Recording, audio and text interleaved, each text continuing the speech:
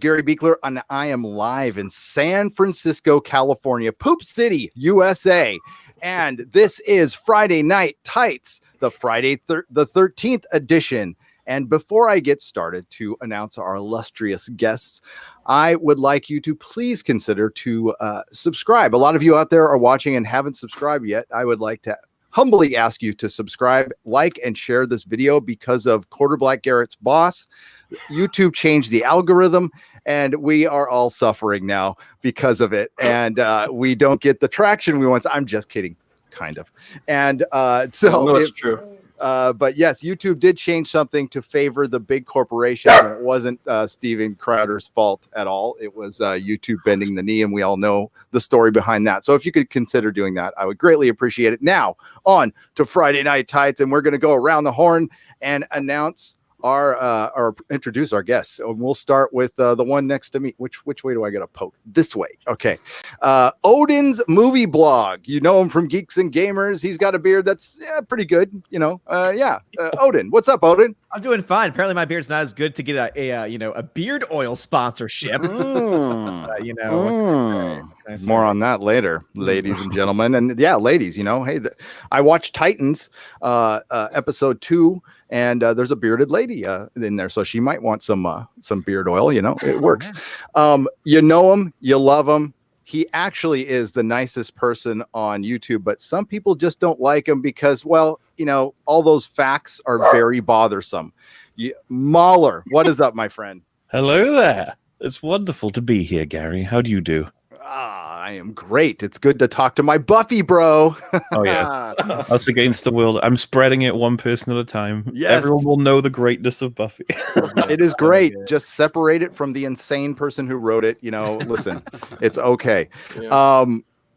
And then we have my co-host for a long time now on this, and, an early internet friend, and we have been buds for a long time. Comics Division, what's up, man? Hey, man, how's it going? Sorry about the barking dog. I was actually dog-free, and then my wife let them in, so my apologies. Well, Mrs. Division, she's got her stuff to do, too, so we understand that. And my dogs will start barking as soon as Mrs. Nerdrotic gets home.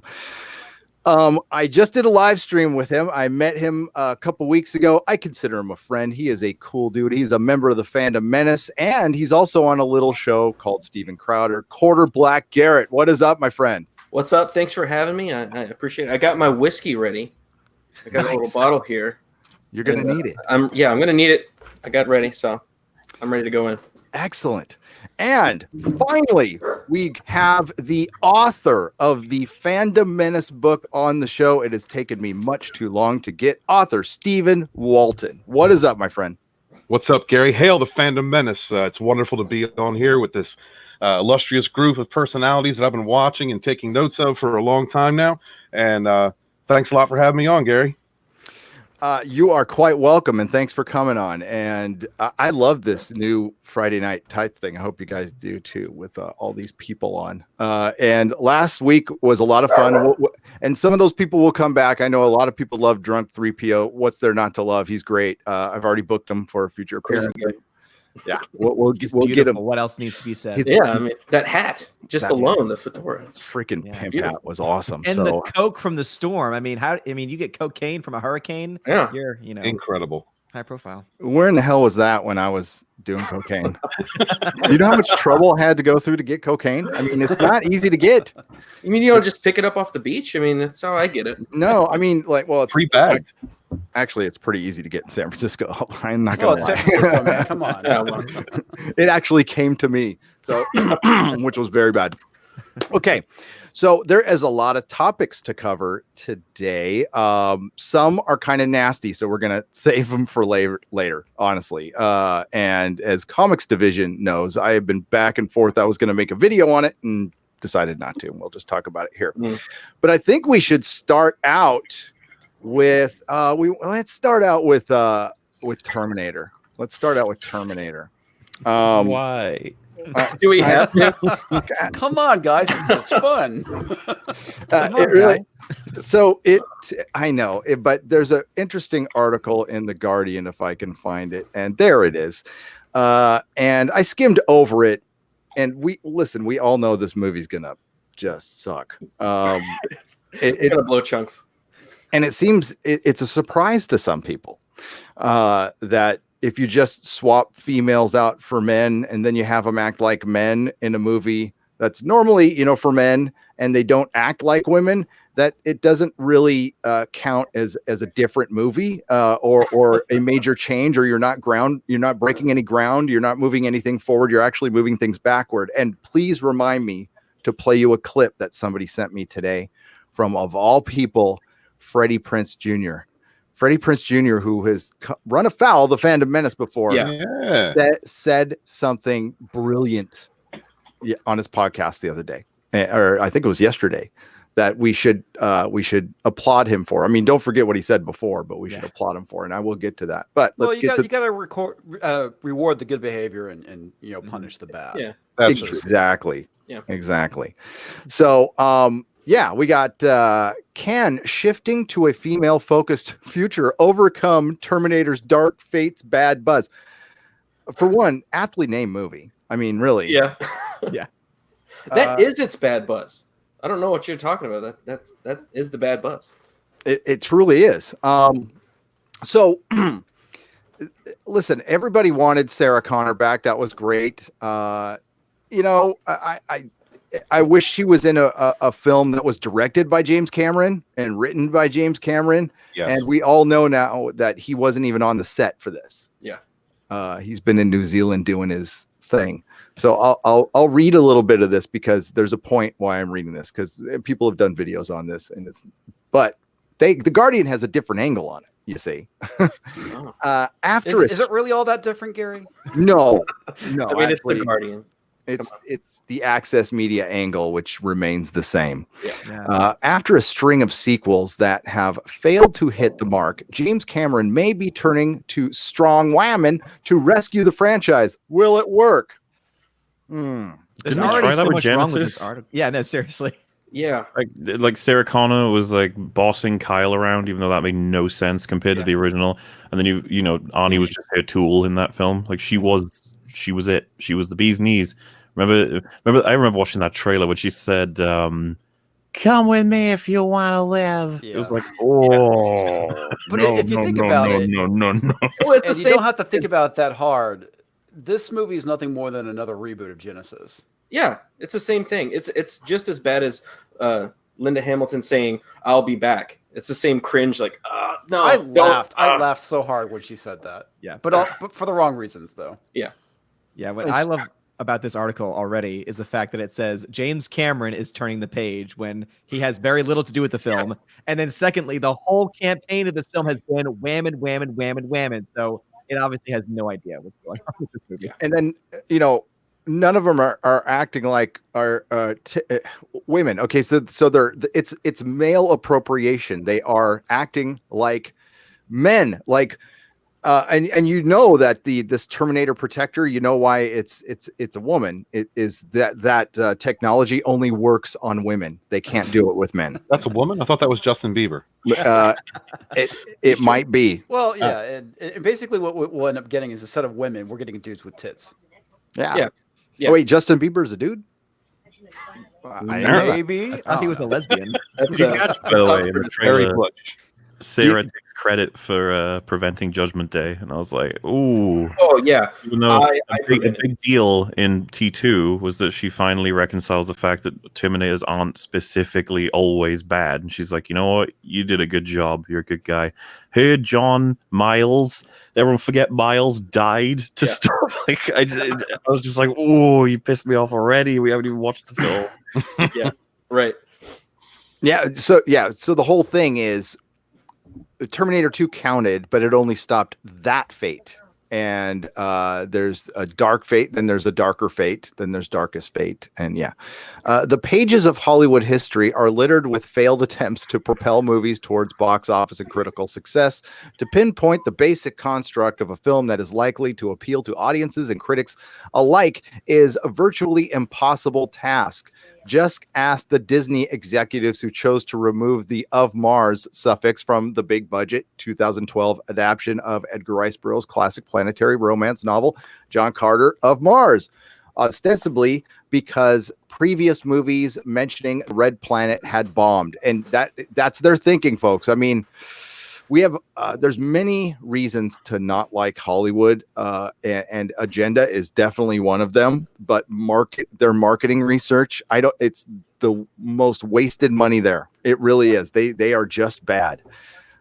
Other movies that had the word Mars in it bombed, so ours will too. Well, any movie with the in it, well, That's logic.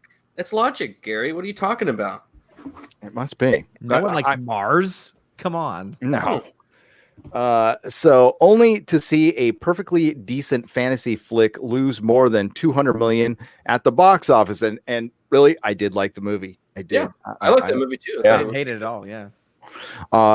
Or the executives who felt Ridley Scott's 1982 sci-fi masterpiece Blade Runner was so confusing that it needed to be tacked on happy ending and a Harrison Ford voiceover, which I liked, to smooth away all those jagged edges. The result was a movie that languished in critical purgatory for a decade until Scott released the seminal director's cut in 1992.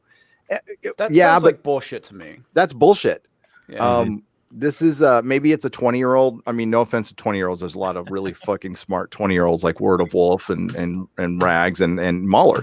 But not in the access media. I mean, there's dumb 50-year-olds in the access media too, and in the world.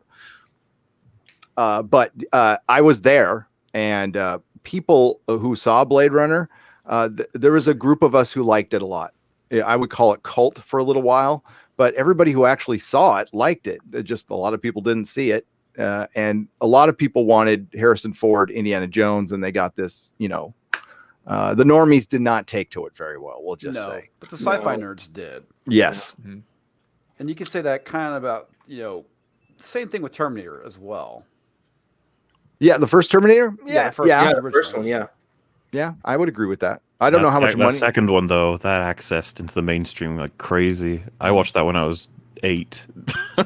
Yeah. Yep. And Jim Cameron is the absolute best at tapping into the normies. There's nobody better on the planet.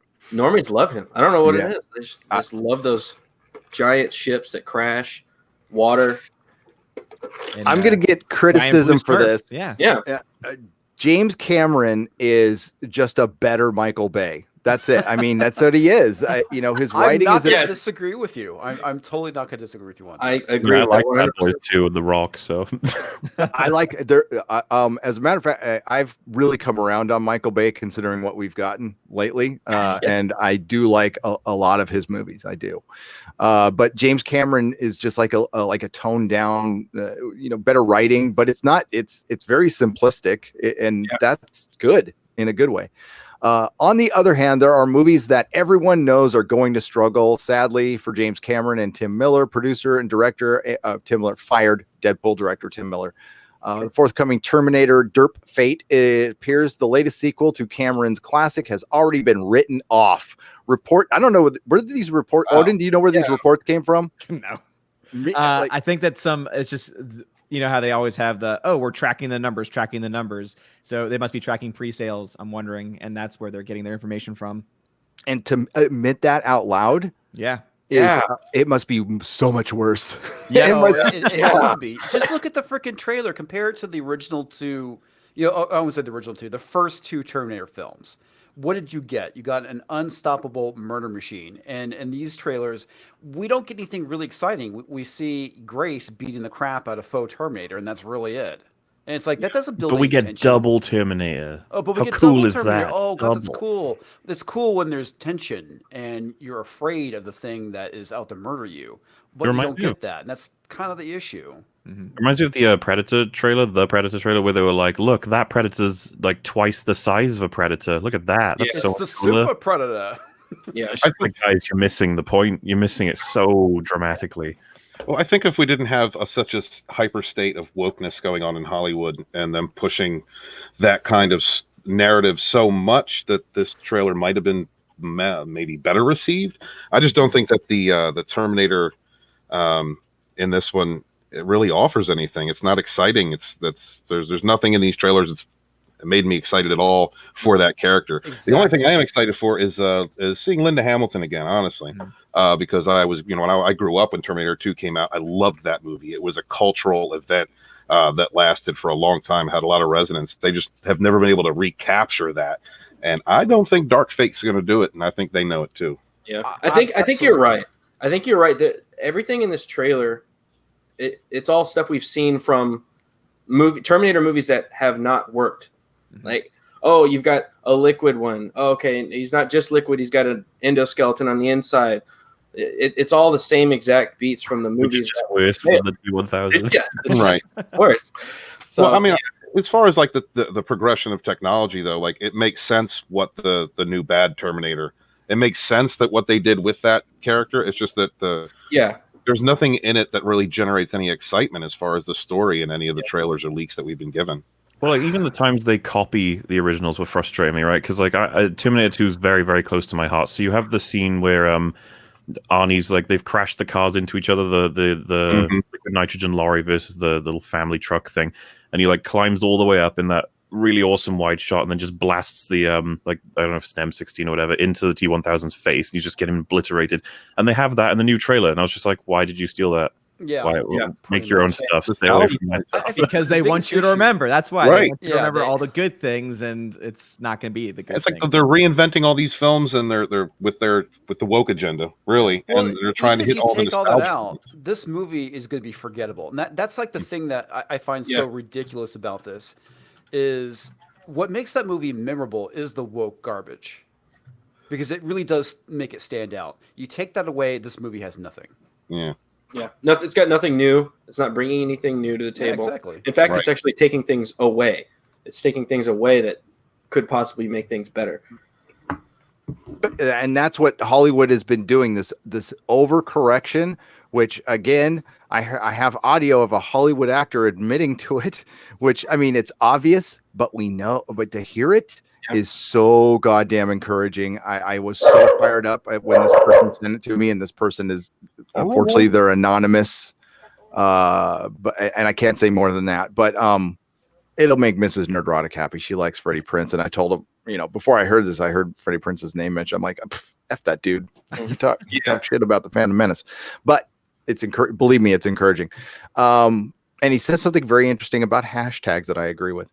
All right, let's get back to this, and then we'll get to you in the chat. Quick announcement. I still have to do a super chat square up for the Inquisition. That will be tomorrow at noon, just to let you know. And I got some letters to read. So Toxic Mailbag, super chat square up tomorrow at noon.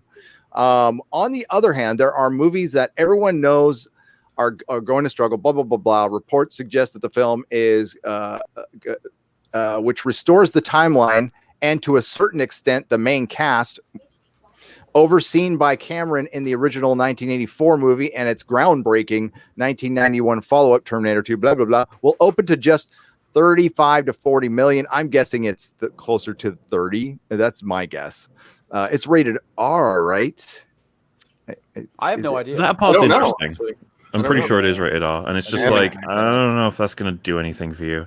Probably not. No, and what's Tim Miller did a lot of original things. I thought in Deadpool. I thought Deadpool 1 was a great movie. Yeah, I was really high on the guy until he said what he said, and now I know why he said it. Like he was trying. I mean, he knows he's got a giant turd on his hands. He had to stir up something. Yeah, and he, just trying to shield himself from the critics. Because the fundamental problem is what Comics Division, what all of you guys said is neither the Terminator nor the Protector are intimidating, scary. It just looks like cosplay. I'm sorry. I can't change how I feel about that. So, but much can change between now and the movie's release date in 6 weeks' time. Positive early reviews and word of mouth could build buzz for the project. And there are Terminator fans out. They're ready to turn this into major smash hit if the creative team can restore the brooding, nightmarish, blue-collar futurism of the Earth. I'm going to rewind that. I didn't read that part. Okay. And there are Terminator fans out there ready to you ready for this, Mueller? Ready to turn this into a major smash if the creative team can restore the brooding, nightmarish, blue-collar futurism of the early films. It's not going to work. They're not going to pull it off. If to make a sequel to T2, which is clearly what they're going for, they want to decanonize 3, 4, and 5, if we can just call them that instead of Salvation and Genesis. It's not going to work. It's so complicated to make a good sequel to T2. I would suggest stopping. You don't actually need any more story, other than maybe doing a story about the future, the war, and what happens to John Connor, just to see the conclusion. That's all. Right. But instead, we're going to have a story where, as you told me, assuming this is true, John Connor will be in this film for about 5 minutes, and Yeah. if everything goes the way that you said, Oh no! that's like It's step the one reason on why I how say it's a not to remake make of a Genesis, sequel. because it's exactly the same thing that happens to John. He dies technically in Genesis and becomes a Terminator. But I agree. Terminator, what they should have done is been pushing it forward and concluding it with the War with the Machines. And I kind of covered this in my video talking about the trailer and what my thoughts were on the franchise. And we started to get that with Salvation. Salvation has issues, but it was taking the franchise in the right direction. And honestly, if you guys want to go with the Salvation direction, there's a comic series. I'm trying to remember. It's Salvation Final Battle, which concludes what Salvation the movie started, and it's actually a pretty decent run. I want to say it's 12 issues. It's a pretty good series. Sarah Connor Chronicles. That was great. That TV show was great. It ended too soon, and that felt like a true sequel to T2 that was working for me. That would have eventually led to the War with Machines and stupid Fox. I do have to say, decanonizing Genesis was an extremely good idea, though. Yep. Yeah. Remember how before you even think about anything that happens in that movie, apparently a T-1000 went back to when Sarah was a child to kill her, and an Arnie bot saved her life and became her dad, and we never find out who even did that. Before even every horrible other thing happens in that film, that's already like, what?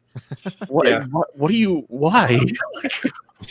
I mean, that's as bad as bringing Palpatine back at the very end of a. Oh, never mind.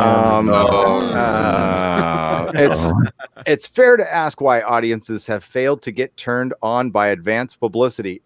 It's fair to ask why audiences have failed to get turned on. Well, I guess it's fair to ask it. I think it's a pretty obvious question, obvious answer. Trailers showing the return of Linda Hamilton, Sarah Connor, now protecting a new protege, Natalie Reyes, Danny Ramos, from termination by sophisticated machines from the future, have been relatively well received. What? Have they? Have they? What? I'm gonna need receipts on that. Yeah. I mean, the general sentiment is probably, "Ooh, Terminator movie, neat." But Yeah. Yes, it depends Nobody's on your excited. circles. I think people are excited about Sarah Connor, but that's it. I feel like we're in the same journey with Terminator, Predator, and Alien. All three franchises going through the exact same thing, constantly retreading the original 80s elements of all of them, just desperately trying to recapture it. And it's Terminator's turn. We recently had Predator. Before that was Alien Covenant. So next up will be an Alien reboot, I guess, after this one fails, and then it'll back to Predator, back to. I'm waiting for to just buy all properties and release a big universe with all three of them, and it fails horribly. I think all the good faith has kind of been wasted with the last few films that haven't really been that good. And when you add that bad faith on top of just shite writing, from what we can tell, in character development, that's been the trend in Hollywood. That's why there's no excitement. Yeah. Well, you look at Alien directly screws with the origin of the alien, tries to explain all of it. Predator changes it from a sport hunting, killing machine into searching for genetics to improve it to find a planet to live on. And Terminator kills John Connor. It's like, what are you guys doing? You literally go back and ruin everything. I could understand you trying to make a good sequel, but it seems like you want to destroy these things. And let's not even get going on Star Wars trying to destroy everything. Yeah. That's such a mess. Yeah. That seems to be their angle. Is like, oh, let's take a property that everybody loves. Everything that everybody loves about it, let's change it. Mm-hmm. Or actively destroy those things in the movie. To prove a point. And then whenever people get mad, they go, "Oh, you're just a man baby. Oh, you're just toxic fans." It's like, you just took what I liked and then killed everything about it that I liked and said, "Oh, this is what it is now. It's this now. It's not yours." It's almost like a thought which is experiment. ironic because when it comes to their properties, things that they love, they don't want changed. Because there was an article from the Mary Sue earlier this year where they were announcing the Black Buffy, and you had people, screeching, saying, "No, don't change Buffy. We like it the way it is." And they're not called sexist or racist or misogynistic because it's they're on the right side. Well, it's like there's no nuance in anything that they're trying to like. If they really want to push, diversity and powerful women characters, we've already had those kinds of characters in the past. Absolutely. They were well written. Yeah. Just let the story produce that great character instead of making that the angle. Because once you start trying to draw people in with that lore, we just see it for what it is, and we don't want it. Yep. Yeah.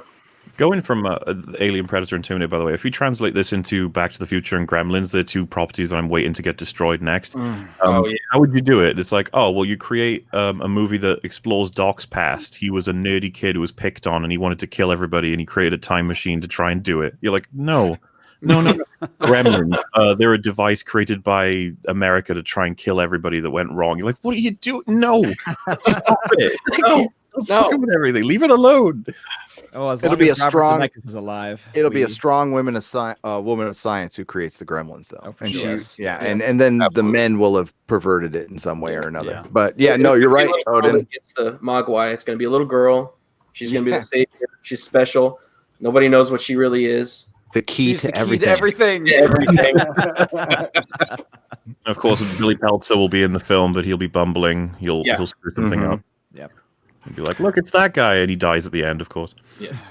Yeah. I adore both Gremlin films so much. They're gonna get ruined. They're coming after him soon. I'm sure of it. Yep. Well, talk about things that are getting ruined. Gary, did you hear about I guess they're planning on race swapping Wolverine. Mm. I mean, What?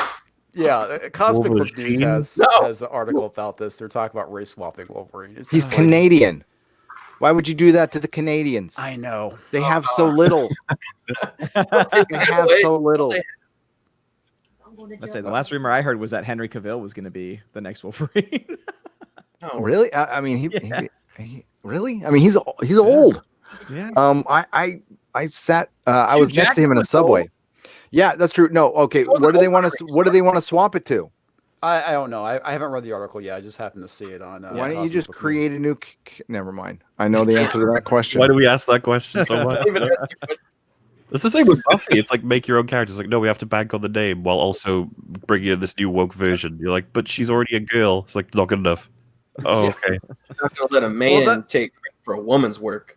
That's right. Yeah. Oh, This is the thing, by the way. If someone was to October, it's so make like close. a spin-off Buffy show and they make it so the Slayers can be men and women, I'd be annoyed. I'd be like, nope, it's women only. That's the rules. And I Yeah. wonder if I'd be called sexist then, or I wonder if I'd be an ally at that point. Strange times, my friend. Yeah. Maybe. It really is, man. It really is. It's dumb.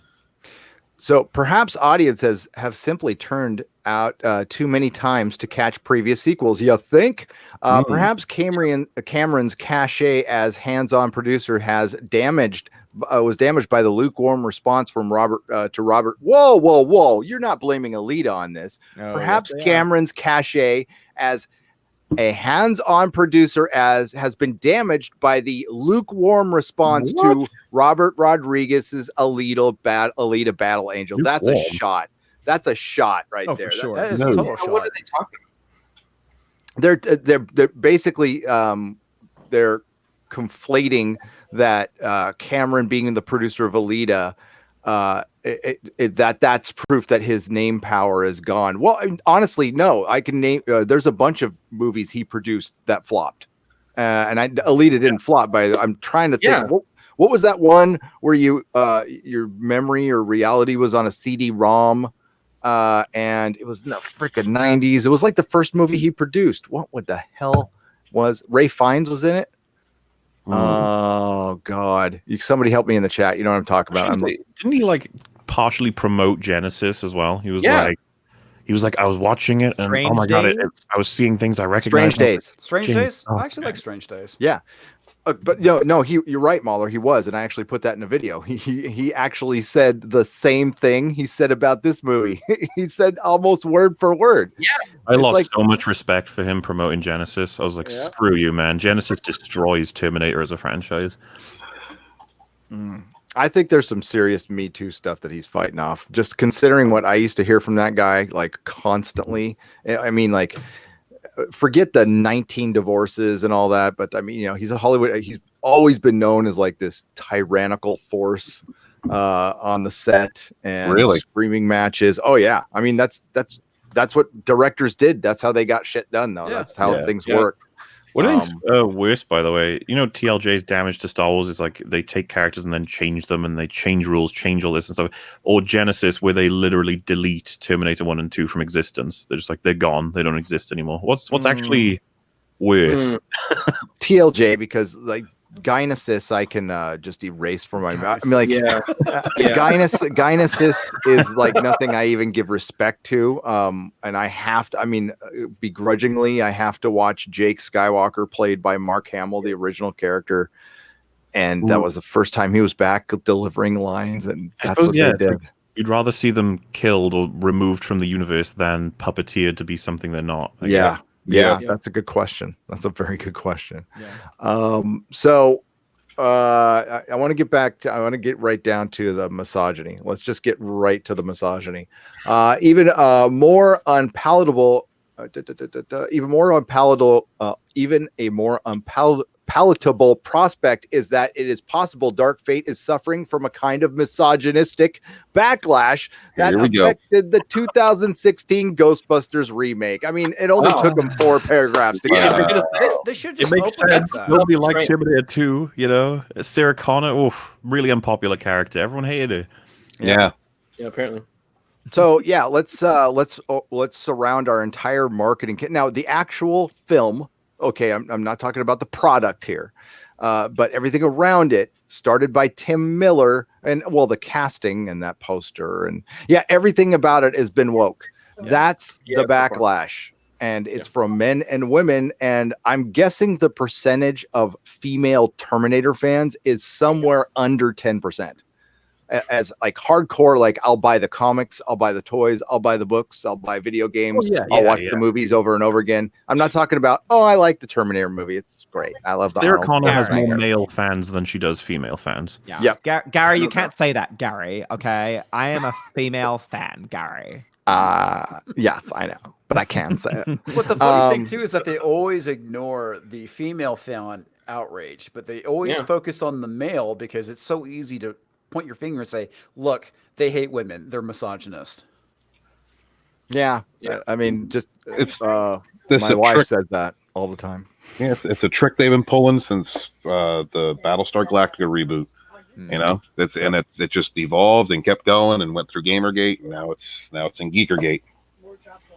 The Battlestar Galactica thing is an interesting subject because that's a show that fought it off. That's a show that actually there was backlash. There was just no major internet at the time. But for one, they started out on a bad foot. So they come out and Adama. I'm blanking. Why am I blanking on his name? Gaff from Blade Runner. Oh my God, Adama. Edward James Olmos? From American Me. Edward James Olmos comes out at Comic-Con and says, well, if you were a fan of Battlestar Galactica, you're going to hate this. That was his opening line. So we're all sitting there all, fuck you, dude. And then I saw it and I went, okay, it's good. And I liked it. And I like Starbuck. And that was the way you did it. You made it a very likable character. Plus it was it was clearly an alternate universe. You didn't change Starbuck. You made a new one in an alternate universe that no way does that cross over into Battlestar. And you can hopefully someday, not now when woke shit is over, you can go revisit Battlestar, which I love original Battlestar. And I think that could be made into something wonderful if will the it right ever be over, Gary? Well, no, I mean, I don't know. I don't think so.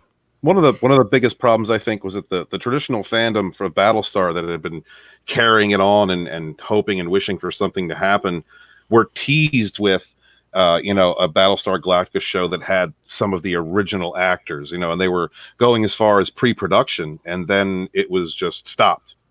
and then taken over and remade into what it was. I mean, I liked the new Battlestar series. I actually enjoyed it. I did as well. I was very much against it before it came out, though. Yeah. I was right there with you. I was like, "F this show. I don't want any part of it." And more importantly, it was it was what Voyager was supposed to be too. There's bits of Star Trek, believe it or not, in there as well. So the original concepts from Voyager that they wanted, they would have never done, but that's where the ideas came from. Right. Yep. So yeah. But I am still a fan of the original. I loved it. Grew up on it. Was freaking pissed when it got canceled.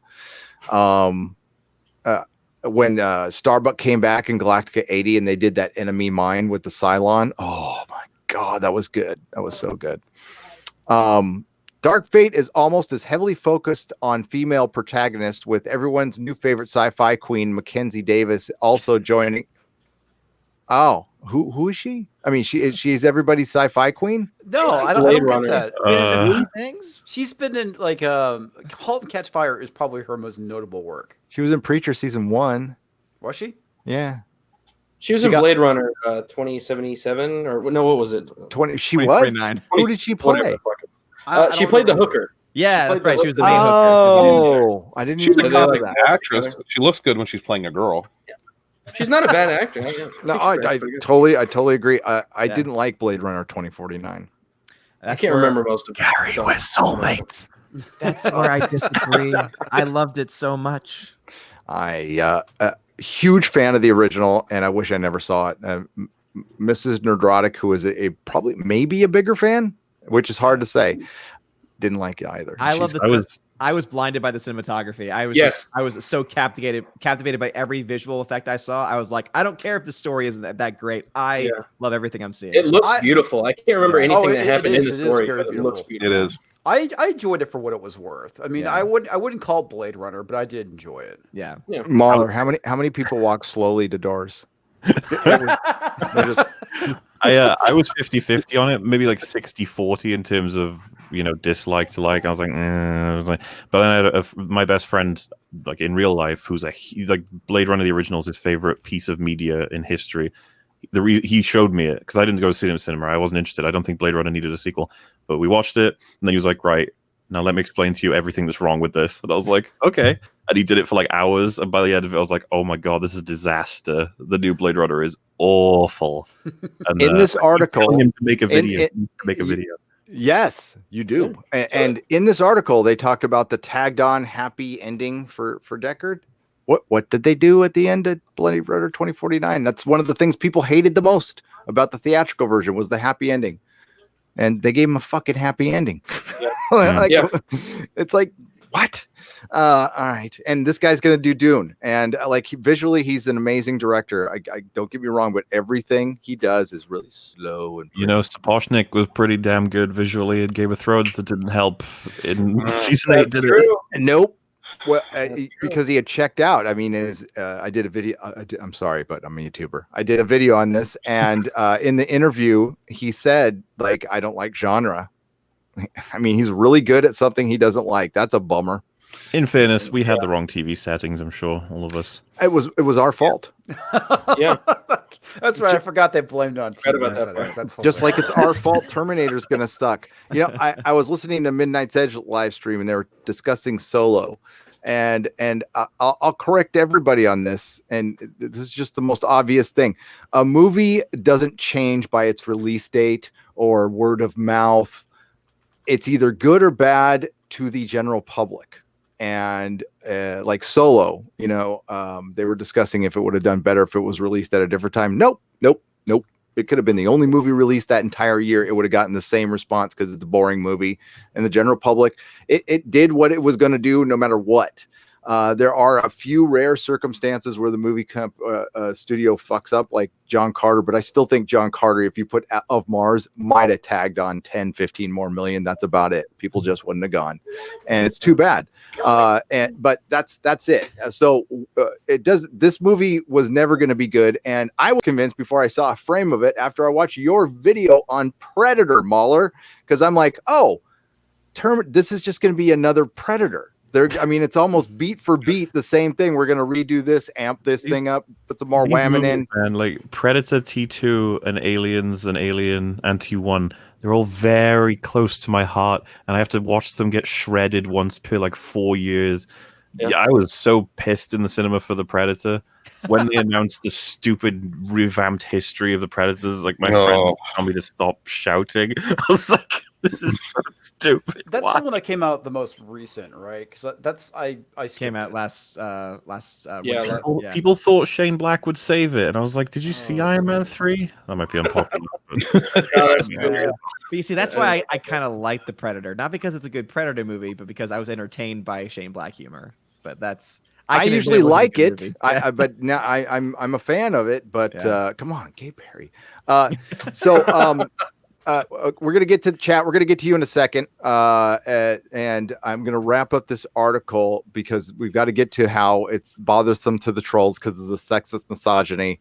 And listen, the most talk about this film is going to be leading up to it. The minute it gets released, like I say about Star Trek Discovery, it will be its own worst enemy by it existing.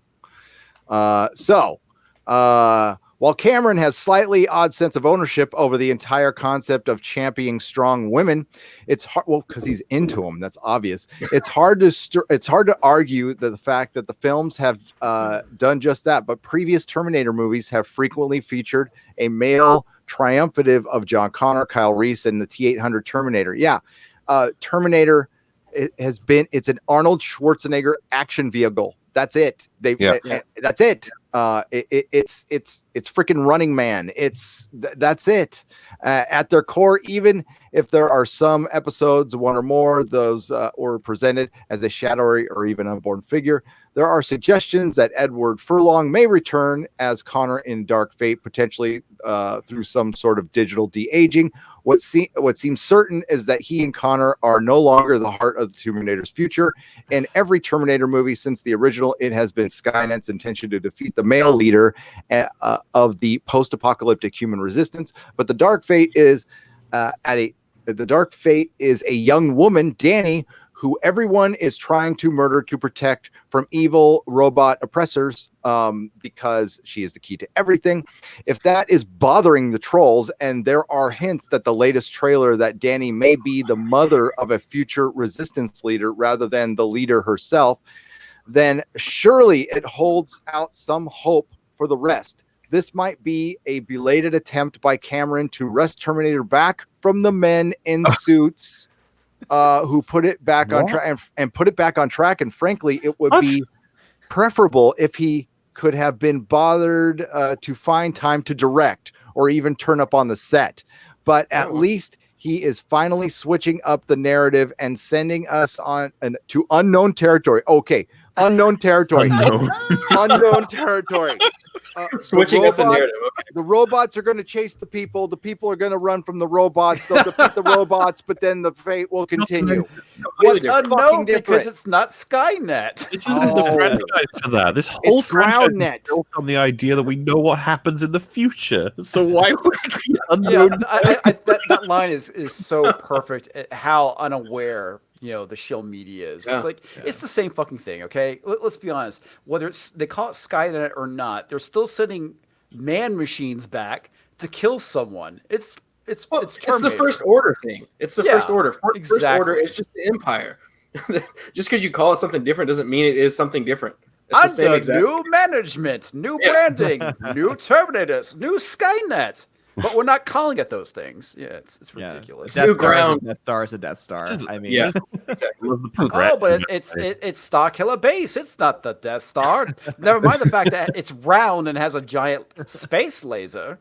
Listen, it's big enough to have its own atmosphere. I tell you, it shoots 5 planets, not just one. Yeah, it's completely the whole galaxy. Totally better. So better.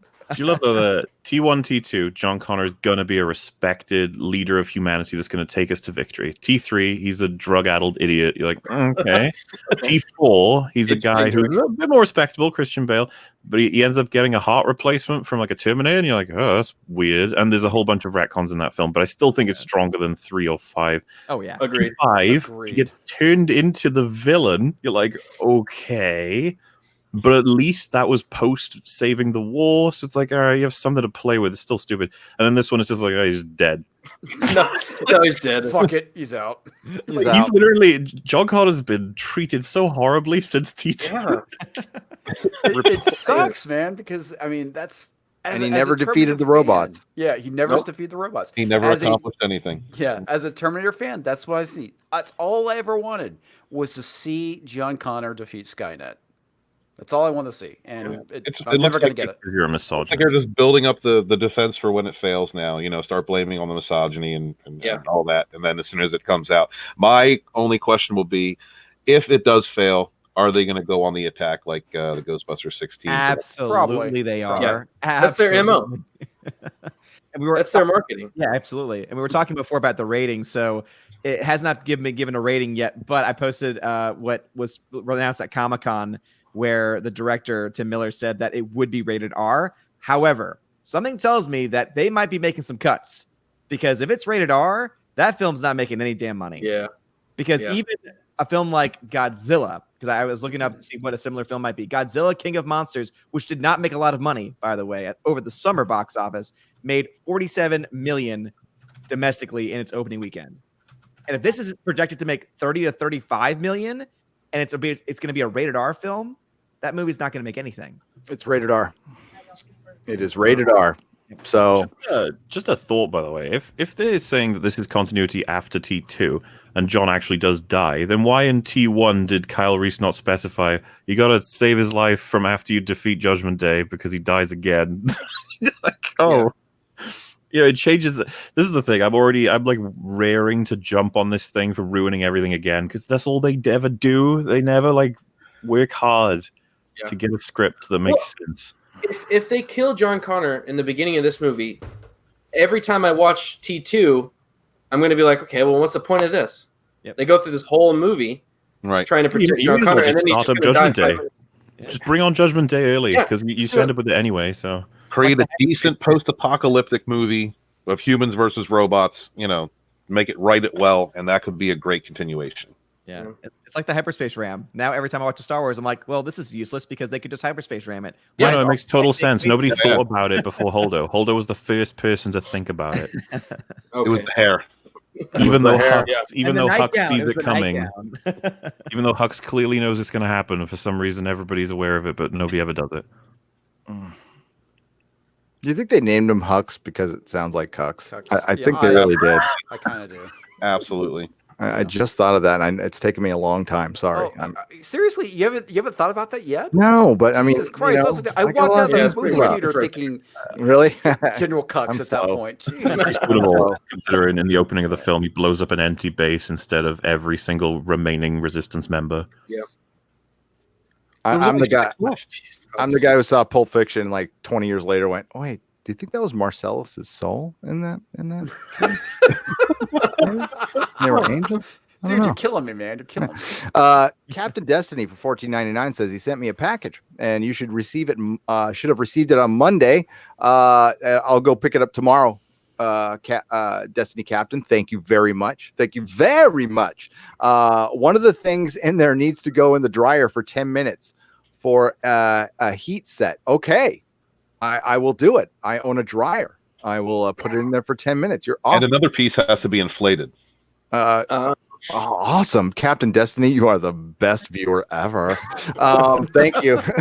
Time Traveler registered trademark for Australian $5. It says, hail Gary, please have Oddity creators on your show. It's a great book. Slacker, mutant, frog guy in a swamp. Okay, well, man, you have me at frog guy in a swamp. Will do. For Australian $5. And another one says, and please have me and Kat Bellatrix on to talk Lovecraft on Cats of Ulthar animated. But it's not, if not, get Oddity. Oh, please. Well, I'll try. I don't know what any of that is, but I'll figure it out, my friend. I will figure it out, of course. Silhouetted Animator for $2 said Sid Haig, who was in ICU last week, is making a strong recovery. So welcome. The good Sid Haig is doing good. And Salad, beautiful. Yeah, that's good. Salad King for $1.99. I just DM'd and I diagnosed myself with drunk. Okay. Hey, me too. Don't drive. Don't drive. Not saying. Why are feminists appropriating male lead movies? Right? I don't know if I'm the first one who said male appropriation, but I'm saying it a lot. You don't see guys trying to appropriate Pride and Prejudice or Annie. Well, that's true. Well, I was going to say Pride and Prejudice and Zombies, but it was still Pride and Prejudice. Cracklin, you're right. Not since Tu Wong Fu. And Tu Wong Fu. But Gary, I don't care what anyone says. Oliver, even though it came out before Annie, totally appropriated it. Like, oh my god. Oh my god. Imagine if they like rebooted Buffy and it was with Benny and it was a guy.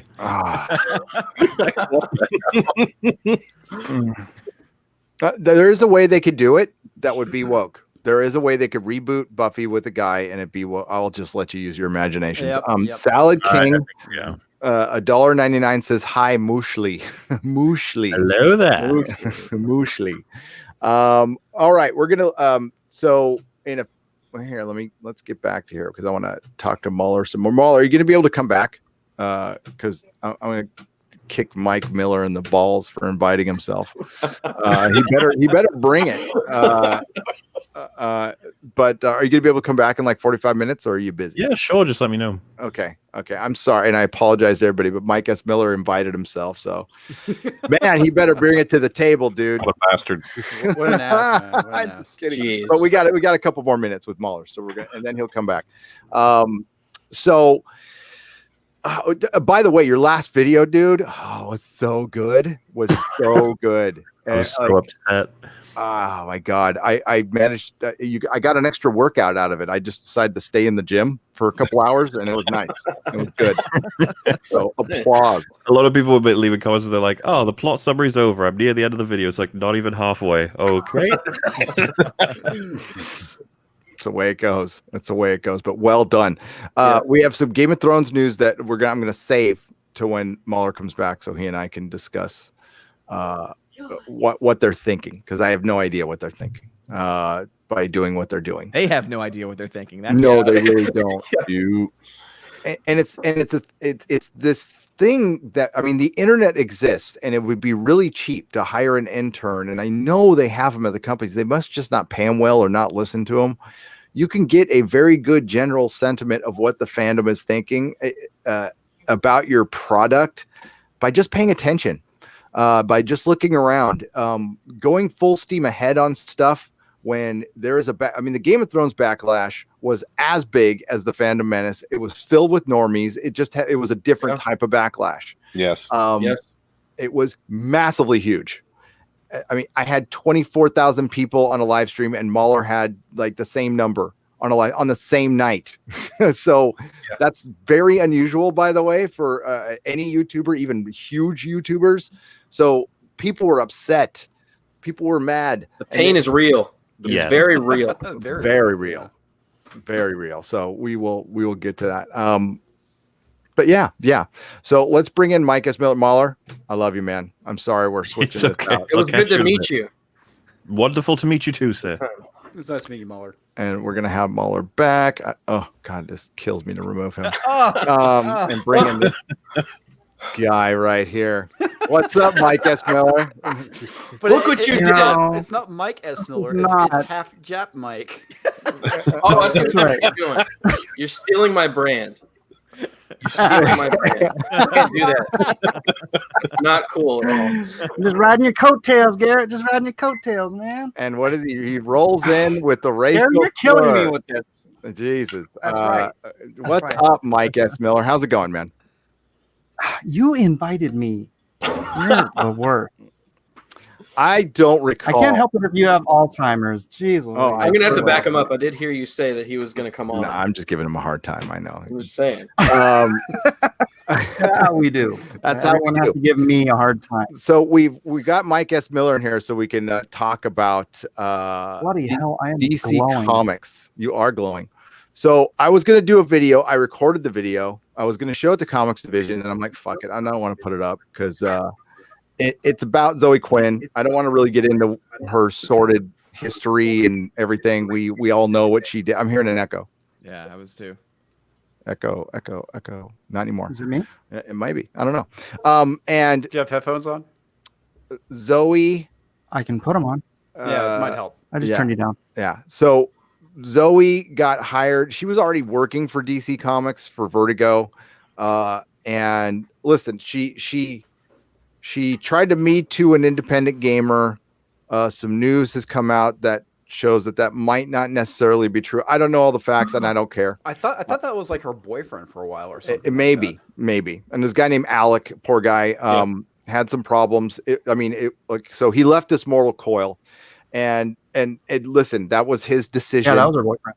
Yeah, that was his decision that she, I would say played a part in what she did for sure. Yeah. And would the guy have done it anyway later on? Who knows? I don't know. That's not for, we can't speculate that because he did it over this situation, whatever. That being said, the Quartering has done a lot of good work on that. So go check out, he's got a playlist. It's called an Alec playlist, and I'll link it in the description later. That'll give you all the background on that. But DC Comics yesterday, thanks to Bounding Into Comics, brought her on to write a comic. And guess what the title is? It's called Deathbringer. I mean, she is very knowledgeable. I mean, you could say Art imitating life. Yeah, she's also bringing death to the comic book industry, so it's rather appropriate. It is appropriate on a couple levels. That's what I was thinking. That's what I said in my video. And the thing is, I want to steer this towards the comic book industry, and in particular, the publishers who hired her. And listen, I'm not about canceling people. She has every right to earn a living. She, but the optics of this, an industry that's in a lot of goddamn trouble right now. And this really isn't about her at all. It's about why DC hired her. And we all know why DC hired her. It was a giant middle finger to freaking Comicsgate. That's it. That's all this was. A petty middle finger to Comicsgate. You want to bury, if I was still owning a store, I would be freaking screaming at people at DC right now. I'd be screaming at Diamond. I'd be screaming at everybody. Like, my livelihood is now dependent on petty fucking squabbles with DC who want to hire their friends over political agenda. And like this tells us everything we need to know about the big two right now. I don't know what you guys think about it. That's what I think about it, though. I don't know, man. I have a bit Well, of I don't think this. Go ahead. This isn't the first time. They've been doing this crap since before Comicsgate was ever a thing. So yeah, this is just a freaking crappy road they're going down. The thing is that decisions. Let me elaborate. They've always done stuff like this, and it definitely gave me sleepless nights as a common sense person. But generally, back in the day when Levitz was around, I'm talking 10, 15 years ago, like they wanted to make money ultimately. And when I left the comic book industry, it was pretty healthy. It wasn't great, but it was as good as it had been in a long time. This was 2013. So this was before SJW Marvel started coming in. But I mean, obviously 2016, like reprogrammed their brains and they can't think anymore. And like people blew a fuse. Yeah. That's a good way of putting it. Mike, you know some of the creators. I don't. I just know that people fundamentally changed after that. Like their work changed. And now case in point, dude. Tom Taylor and Mark Waid. But I worked with Tom on Injustice for 6 years, and then Trump got elected, and something just snapped in his head, man. And then everything he started coming out, especially all his Marvel stuff, was just this SJW pablum. It was just driving the nails into the coffin of the comic book industry. Yeah. A lot of people, and unfortunately, a lot of those people work in the comic book industry. Yeah, Mark Waid was an author that I recommended to people all the time. I loved his books. I pretty much, he was on a roll in the mid 2000s. That was unbelievable. He kind of found his way again and was writing, pretty damn good books. I know Razor Fist hates his run on Daredevil. I liked it. And yeah, but Irredeemable, I liked at the time. And his JLA run, he just completely lost it, and now they're just doubling and tripling down, and that's so it's not about Zoe, it's about the hire, and it just hit me personally. I'm like, oh, there's no way they are ever going to turn around now. I mean, whatever percentage chance I thought there, and I thought it was like in 0.001% chance they could change. It's not happening now. We need to like really walk away. If you are a centrist to the right, or even center left to the right, they don't like you. They don't want you as a customer. They don't respect you. Yeah. And they're going to continue writing comics that insult you. And but please give us your money, but we'll continue to insult you. I mean, it's done. It's over. It's just we're going to watch it die now. It sucks, but that's where I'm at with it. And remember, Gary, even liberals get the bullet too. Yeah. Oh yeah. And they just keep doubling down and doubling down. They do the same thing in almost every facet of entertainment right now. They just not learning, and they keep thinking that this woke audience is going to just swell and save them, and it keeps getting disproved over and over and over again as these companies are failing. They just keep doubling down. I don't understand it. To me, it's all about rewarding this person for bad behavior. She has a history of lying, a history of bad behavior, a history of being toxic in everything she touches. And DC wants to step in and reward a person like that, especially after. I mean, she wasn't directly responsible for a person taking their own life, but she did use her influence, gathered a hate mob, and then put pressure on this person. And even his own sister, was kind of going, well, my brother has mental health problems and stuff. Imagine being in that state of mind and your own sister is kind of siding against you in order to save her own reputation. I mean, no wonder the dude offed himself. It's a tragedy. I personally think that DC, the reason why they hired her was to get the controversy. I think they know that they're on the downslope, and they wanted to do something to bring attention to themselves. It could have been an FU to Comicsgate. I think they did it. And it's the reason why they put her not on DC proper.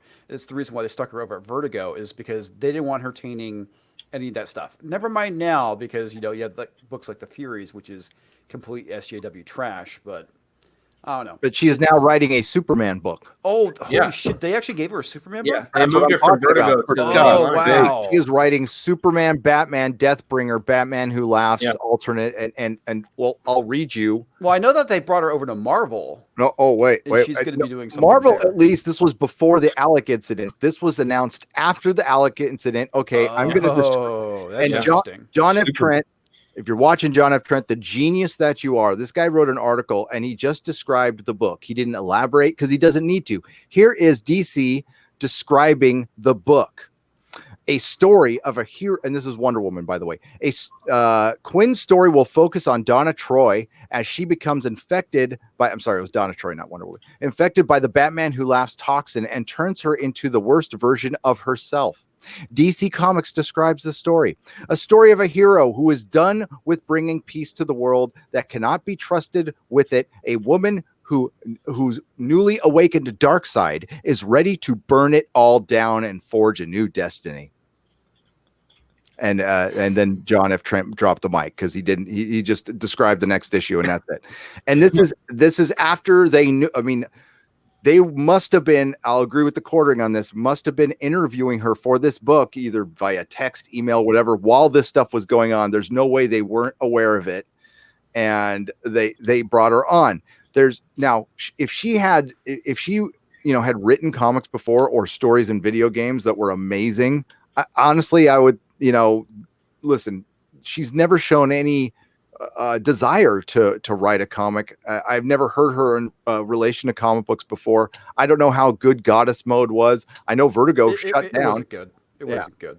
So I can't think of any other reason you would hire her. I mean, for controversy, I think it's more than that. I really do. Gary, you have to burn down the patriarchy. Yeah. Okay. As you were reading that story, I think you missed the big key there, that she's not burning down society. She's burning down the patriarchy. That's destroying it. Thank you. That's right, because clapping would be triggering. Oh, sorry. We can't even do this. It's this. Yeah, that's right. Jazz hands. I didn't do it in growly. In the 80s, we had the deconstruction of the superhero. Now in the comic book industry, and they're doing a fine job of it. I think there's a reason the name. Yeah, just the destruction. Well, they're taking it apart piece by piece, and so deconstruction. Yeah, there's a reason the slogan of my universe is "You'll believe in heroes again," because they're doing everything they can to keep us from having heroes. You know, it's they're gonna have heartbreaking if you're a real that, comic book. it's that whole thing with everything has to be political. That's what it comes down to. It's literally attacking the psyche of male fans and just telling them, over and over again that you're not worth anything. Misogynist Superman incoming. That's what I say. Yeah. Well, the other thing too that I find absolutely hilarious is that now you have like this report where women aren't marrying more because they're making more money than men, and it's like and they turn it into a female problem. It's clearly obviously a problem for men, but because the guys aren't stepping up, they're not making enough money, so women can go and marry them. It's just like, wow, man, this is kind of fucked. We're gonna cover that in a second. Well, not in about an hour when we get to that Freddie Prinze Jr. footage. That's pretty good, by the way. When somebody sent me that, I'm like, that's surprising. I was like, do I want to look at this? I mean, I've got a lot of things to look at. And I looked at it and I was surprised. And I think I haven't even heard that name in 20 years, man. People are feeling safe. I think Dave Chappelle just made it safe for certain people to step out. I don't think it's any coincidence that David Chappelle happens, Walter Mosley happens, and then Bill Burr does a special. Yep. I watched it. He's no Dave Chappelle by any stretch of the imagination, but it was pretty good. And then you're going to start seeing more and more of them admitting there's an overcorrection here. And by the way, sorry, it's getting undeniable. It's getting undeniable. At this point. Absolutely. Like, this is way overcorrecting. We're not even close to being equal. You're going way the other way. It's like, did you see the Miss Monopoly board game that came out? That's what we're going to be talking about. Like every time you pass around, women get $240. Yep. To fight equality. To fight, yeah. And the original game was equal. Oh my God. What the fuck? That's what we're going to be talking about in a second. So can you identify as a woman while you're playing, just for the sake of the game? Yeah, right. Look, just identify as a woman. Absolutely. So the Zoe Quinn thing, I'm trying to remember what I said at the end of my interview because I was depressed in my video. I was like legitimately depressed because it hit me again that my beloved comic industry is just unsavable, and it breaks my heart, man. And they are gonna, there's already this talk about redundancies at AT&T. I fully believe someday that AT&T will shut down the comic book division. Of course, they're not going to sell off the characters. That's never happening. That's the Warner Brothers' most valuable thing is Batman. But they can outsource comic books and start making them like manga. And there's already talk, we already see Marvel kind of heading that way. And that I can certainly see that happening. And that might be a way to save some comic shops, but not all, but they'd have to fundamentally change. And hopefully some are working that way. But I mean, I wouldn't want to work with these people. Like, no way in hell. Like, there's no way I have a desire to open a comic shop that sells new comics. Never. I wouldn't want to give them money. Yeah, kind of talking about that point. I think the reason that they're willing to take all these ridiculous, I was going to say risks, but they're not risks. They're just moves in the direction of destroying the industry. Is that they are simply at this point R&D tax write-offs for Disney and AT&T. So if you have no profit motive, then why do you have to create books that are going to appeal to the biggest number of your fans, which are us older nerds, older male nerds. Instead, you're trying to reach, 8-year-old girls with squirrel chicks. Older male nerds like to pass these things on to their children too, and like to share these experiences stories with their kids. Mm-hmm.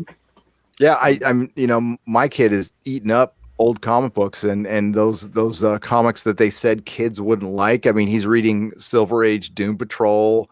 I just got him the Amazing Spider-Man omnibus because he wanted to read Dad's Steve Ditko Spider-Man's. I'm like, hell no. I'll get you an omnibus, dude. And he's eating it up. So I mean, there's still a market for it. I mean, you guys have proved that with the crowdfunding. There's still a great market. Did you show him Lone Star? What was that? Did you show him Lone Star? I haven't shown him Lone Star, but we can shout it out. Is there? I'll pull it up in a second. I got to get to it. I fully plan to shout you out. What do I need to? What are we doing right now? What are you doing? What do you have going on right now? Lone Star's still up. Actually, my kid's game is on Indiegogo now too. Good. But we don't have to do that. It's all right. We'll get it up in a second. Of course, we'll do that. I have no problem doing that. But I have to get LoneStarComic.com is my comic book, and then Masters of Mayhem is my kid's game. Both on Indiegogo. And once I can learn how to type there. I didn't come to this show. I know you didn't. Hey, Mike, so you're going to be heading to Alamo Sunday Comic Con this year? No. I hear know it's you're regular. outdoors. What's that?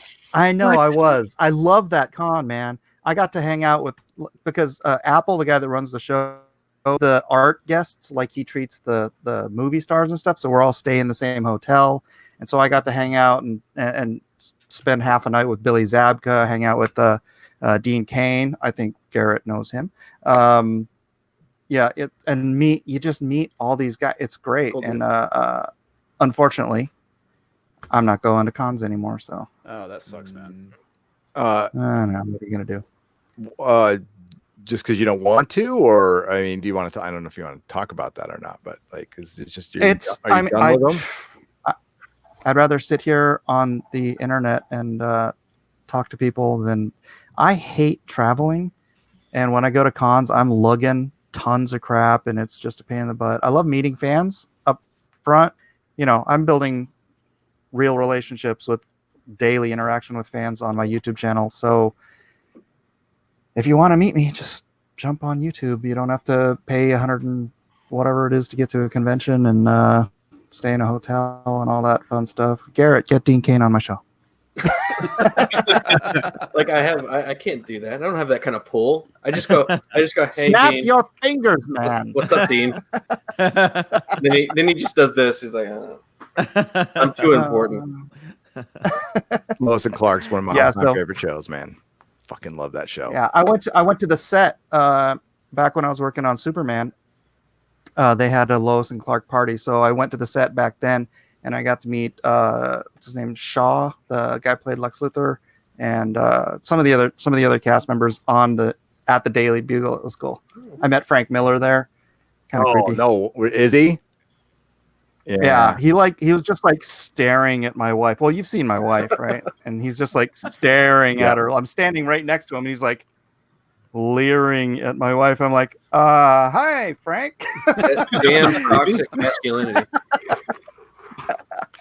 So there's Lone Star and Monster Hunt. You can go check it out. I linked it in the description. And Mike's worked on Game of Thrones. Thanks for the page again, man. And I love those books so much. All right, we'll get to some super chats here. But yeah, with the Zoe Quinn thing, before I get in that, it just bothered me that much to where, because I usually do not, and this is not judging people who do videos on that. I don't judge other YouTubers, but I don't usually make videos about people. But it was more about the comic book industry and okay, great. Wow, you flipped off EVS and Zach and Mike S. Miller and Comics Division, and I doubt any of you guys did anything other than roll your eyes when you heard that. You're on your own thing right now, and they're still not recognizing that these guys did go off and do their own thing. They're being very successful at it, And listen, I know about Comicsgate. It's had its trials and tribulations, but it certainly did something that the industry needed. It needed to figure out something else other than Marvel and DC, which sucks because I was very much in the camp of I wanted Marvel and DC to be better, but there's a point where you had to realize that's not going to happen. Yeah. It may happen when it gets to the point where, as you're saying before, they're just licensing it out. Yeah. Freaking license Batman to me. I will make a good Batman. Yeah. You know? Yeah. That would Don't probably be. license it's IDW for God's sake. Yeah. I can't understand how IDW is still around. I just it makes no I know. sense. Talk about a write-off. Interesting point of fact though is that the reason IDW exists is this happening here, where AT&T comes in and they get rid of redundancies. The guys that formed IDW, they were the licensing department at Wildstorm. So when DC moved in, they're like, we already have a marketing department. And so those guys all just got to get, I mean, they were all sharing one office, Chris and all those guys. And they just picked up, moved over to, I think, Pacific Beach, started Idea and Design Works, started taking that Wildstorm was no longer doing. And then eventually they're like, hey, you know what? Let's do a comic book. And they did 30 Days a Night, and that was it. They just went comics after that. Interesting. I know. Interesting. I love Pacific Beach. Good part of town. Okay, let's. Oh God, I got in a lot of trouble down in Pacific Beach. Let me tell you, those wankers had a perfect opportunity to recast for John Connor with Norman Reedus, but no, cancel Hollywood. Haha. That's my good friend from Wisconsin, North American Ham Ram. And let's see, I gotta look at my camera real quick. If I move this, you can see his painting right there, right under the TARDIS. Awesome, Nerdrotic logo. Thanks, man. And thank you very much for the $5. The Price is Right review for $10. Another awesome stream with an awesome panel. How can this be any better? Well, I don't know. Well, you know what? Honestly, StreamYard, you're doing a great job. 8 people. Can you bump it up a little bit? Sidious has a Horcrux and Ray commits identity theft, taking Paluk's name. Why? Just why? That's great. That's great. Silhouetted I honestly thought about $5. taking that whole. Oh no, go ahead. That's right. No, go on. I said I honestly thought about taking the leaks and actually rewriting it into a good story, and just. I think the leaks can be done. Story. I think it can be done. Do it like Out of the leaks? I don't know. The leaks are bad, but I think they're going to be better than anything we get on the screen, to be honest with you. I honestly can't wait. It's going to be it's going to be a great watch. The Fandom Menace is going to be fantastic. It's going to be so much fun. Yeah, for sure. I just really want it to be that Harry Potter ending that some of the leaks talking about. I want Force Ghost, Luke, and Leia to take it on Palpatine with Rey. I want him to time travel. That's what I want. I've been a good boy all year. I want A-Force and I want Horcrux Star Wars. Yes. That's the thing that's so funny about all this stuff is that it's going to be so beautiful to watch the dumpster fire burn. Yes. Yeah. You know, at this point, it's like we all know Star Wars is crap at this point. It's like I'm just going to show up with my popcorn and just cackle the entire time because the series has just been ruined.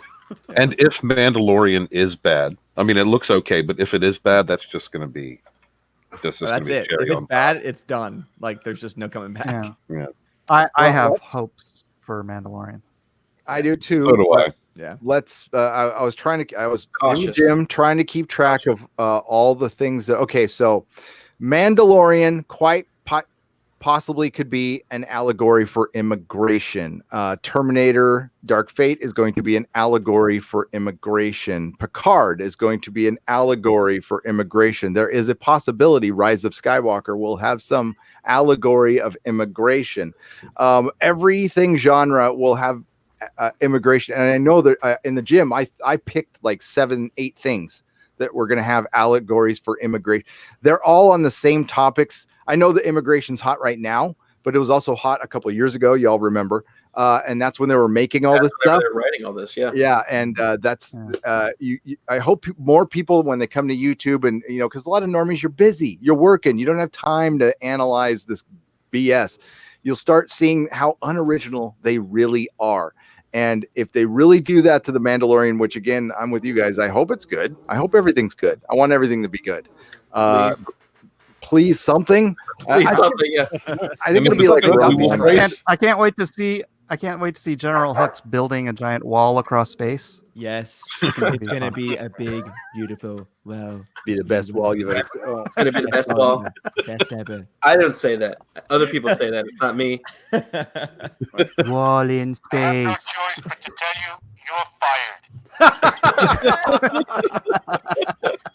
Oh my God, best $40 I've ever fucking spent.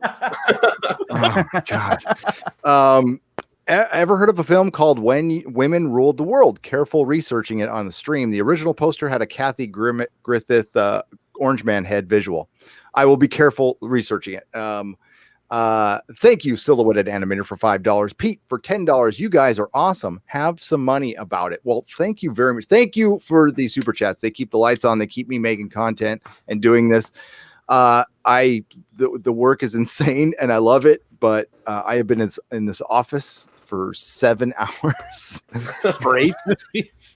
Well, It's like a job. It's hot. Yeah, it's like a job, but I like it. Thank you guys. Riff Magos for Australian $5. Disney is like the Borg, no originality and leeching existing successful franchises. Exactly. Yeah. Resistance is futile. It is. Right. David Kenny, $4.99. R.I.P. Free Folk. The subreddit mods have been infiltrated by kneelers who tried banning swearing. It's civil war. Reddit admins are stepping in. What the hell? David Kenny, you are not. No. I'm going there right now. That is my favorite fucking Reddit right now. People, don't let this happen. What the hell? What the heck is going on? Disclosure. This is my personal understanding of a very recent breaking event, but I feel some of you guys may have noticed we went private again. The top mod removed everyone and went private without telling anyone. They've been under a lot of stress, harassed, and doxxed, but that doesn't justify shutting the sub down and removing everyone. Dude, they got rid of the free folk. Did you see? Look, go ahead and look at the post right below it. It shows you the new mod structure. So it shows mods are like, as far as how long they've been there, 4 years, 2 years, and then everything is 21, 20, 20, 20, 19 minutes ago. So there's only 2 original mods on there now, and all the rest have been added on. And it was, who's behind this? What the hell's going on? Oh, dude. I wonder if this is a little retaliation. I mean, I'm just finding out about this. So my suspicious mind says, okay, here's their original mission statement that I believe in. And this is a site I have been going to for years. We do not kneel. Sub for non-kneelers. Free Folk neither encourages nor discourages piracy. We only take action to enforce Reddit's site-wide rules. We believe people are mature enough to decide for themselves what content to view. Not a spoiler-safe zone. Never will be. I joined them years ago. I've been a very quiet member, but that sucks. Free Folk, if you need any help, if there's anything I can do, please contact me, Gary@nerdrotic.com. And anything. I mean, I'm no dick about Reddit, but like if there's anything I can do to help you guys and gals, let me know. I love this site. It gave me so much joy over so much time. That sucks. We need to save the Free Folk, people. Well, I've never been a Reddit user, but I remember ever since the controversy that happened several years ago, there's been a decline in Reddit. Yeah, oh, definitely. My son's actually been getting on Reddit yesterday or day before. He posted a Minecraft GIF. It's a GIF of walking down a flight of stairs and then turning a corner and then walking down the flight of stairs. And he's got people in the text being like, I watched this for 20 minutes and not. That's great. So he's got hundreds and hundreds of comments of people who were like, it took me 6 minutes to figure out this wasn't going anywhere. That's great. I love it. Kick J and High Rags says Andrew Clark. That's for Mahler. Mahler, if you're out there, we love you, Mahler, for $2. Time traveling registered trademark for Australian $5. Shakespeare can be done woke or trad or anything else because plays are strong enough. Scripts, movies, in most cases. Movies are most not enough. No. See, woke is, to me, woke is superficial politics done very, very poorly, and only done to be done, not done to tell a story or push a narrative. Yeah, done for social credit. Yep. Yeah. Virtue signaling. Virtue signaling. I can listen to both sides of an argument if it's a good argument. You know, I'm open-minded person, but not what we're getting now. That was one of the things that happened recently in the Fandom Menace, is that whole opening scene and it having the two gay couple, and then they get beat up. That whole situation. Some people were saying it was woke.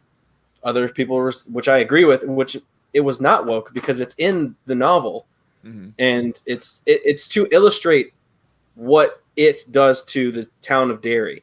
So it's definitely part of the story. It's not just there to say, "Oh, look, we have gay people in our movie." It's part of the story. Well, the funny thing is, you had SJWs complaining outrage. about it. Could you imagine the outrage if they had replaced that with the straight couple? Yeah, then you would have people say, "Oh, gosh, you straight washed us." But you had people issuing trigger warnings about it. It's just like, it's oh my God, the ridiculous. post. You want representation until you're represented. Yeah, It's never good enough. Well, it's like you want equality until you get it. The Alphabet organization, and this is not gay people. This is the Alphabet political organization, does not want normalization. No, because normalization means you're normal, everything's fine. We're not. There's no protected class then anymore. You're not special. Then you're not special. You're not different. Yeah. They want the victimization, and everyone's already special in their own special way. I mean, that beginning wasn't word for word. I mean, page for page what happened in the book, but that's basically the spirit of that scene. It has nothing to do with being woke. And if we are fighting for anything, it is being true to original canon. Yeah. That's right. Mm-hmm. You know, which is funny because that's going back to the whole normalization thing. Crap, I can't remember the name of the book. It came out a couple of years, but they had this violence against a trans woman or something like that, and all the SJWs were freaking about the book. But in the Expanse, you're going to hear this with the Expanse. All right, we're Doomcock and I have gotten a lot of people into that show. And people are just going to discover it on Amazon, not just because of us. And there's going to be some going, it's woke. And I promise you, the books go that way, but the way the show has been, it's part of the narrative. It is a giant what if. It is what if the UN took over the planet, and it really shows both sides. It shows the ugliness of it, and actually it doesn't show a ton of positive. It's actually pretty bad. Half the planet is on a thing called basic, where you just have enough money to watch TV and eat. That's it. Yang game. Yeah, and universal basic income. Yeah, that would be $1,000 a month or whatever. That's what they're trying to do now. And it shows what a complete and it's Universal so bad. People want to leave Earth and go on to Mars, which doesn't have an atmosphere, and help terraform it to be a part of a project they're never going to see finished because they don't want to be on Earth anymore. So it's. I can relate. What is that on? Yeah, it's on Amazon. Amazon. I haven't seen it. Prime. Amazon Prime. Yeah. It's have you seen the new one with Orlando Bloom? Carnival Row. Carnival Row. Mr. Carnival Row, Roddick likes it now. That has an immigration allegory. It's an allegory for immigration. Yeah. But more. I was watching. I was like, these spades are supposed to be. Funny how all that works. I will say for Carnival it is, Row, but like, it's I definitely saw that. It's definitely more old school immigration though. Like it reminds me a lot of like old school, like Europeans coming to America and everything. So we don't want the Irish. Yeah, I must say, as someone with Irish heritage, I was like, oh, it's my people coming. It's just my people. Yeah, isn't it? All the Fae have like Irish accents, don't they? Yeah, it's like Irish Scottish. Yeah. That's an example. Like it's okay to have an allegory on something, but whenever you're like in Terminator, we know it's specifically this immigration. Yes, that's the allegory is this immigration because he has a border patrol. It looks like it takes place at a border patrol. No, it does. Place. It does. So like you're not even trying to go like, oh, this is my story. Kind of get your own both things out of it. It's wokeness is being. This is exactly what's going on in our world. This is how the take is. Agree with it. That's what wokeness is. Yeah. And sorry to jump interrupt you there, Quarter Black. Apologies, but within that movie, within the trailer, it shows both Terminators killing the shit out of Border Patrol agents, and Yep. that is Hollywood sending their very not subtle message. And they're I all don't remember white. both of them, Yeah. but I do remember it was the Terminator that was doing it. Yeah, Um, and also Did they too, knock down any walls? also, I think that That's we the can- finale. Yeah, we can At the clarify too. I think that when we talk about Carnival Row, that's about immigration.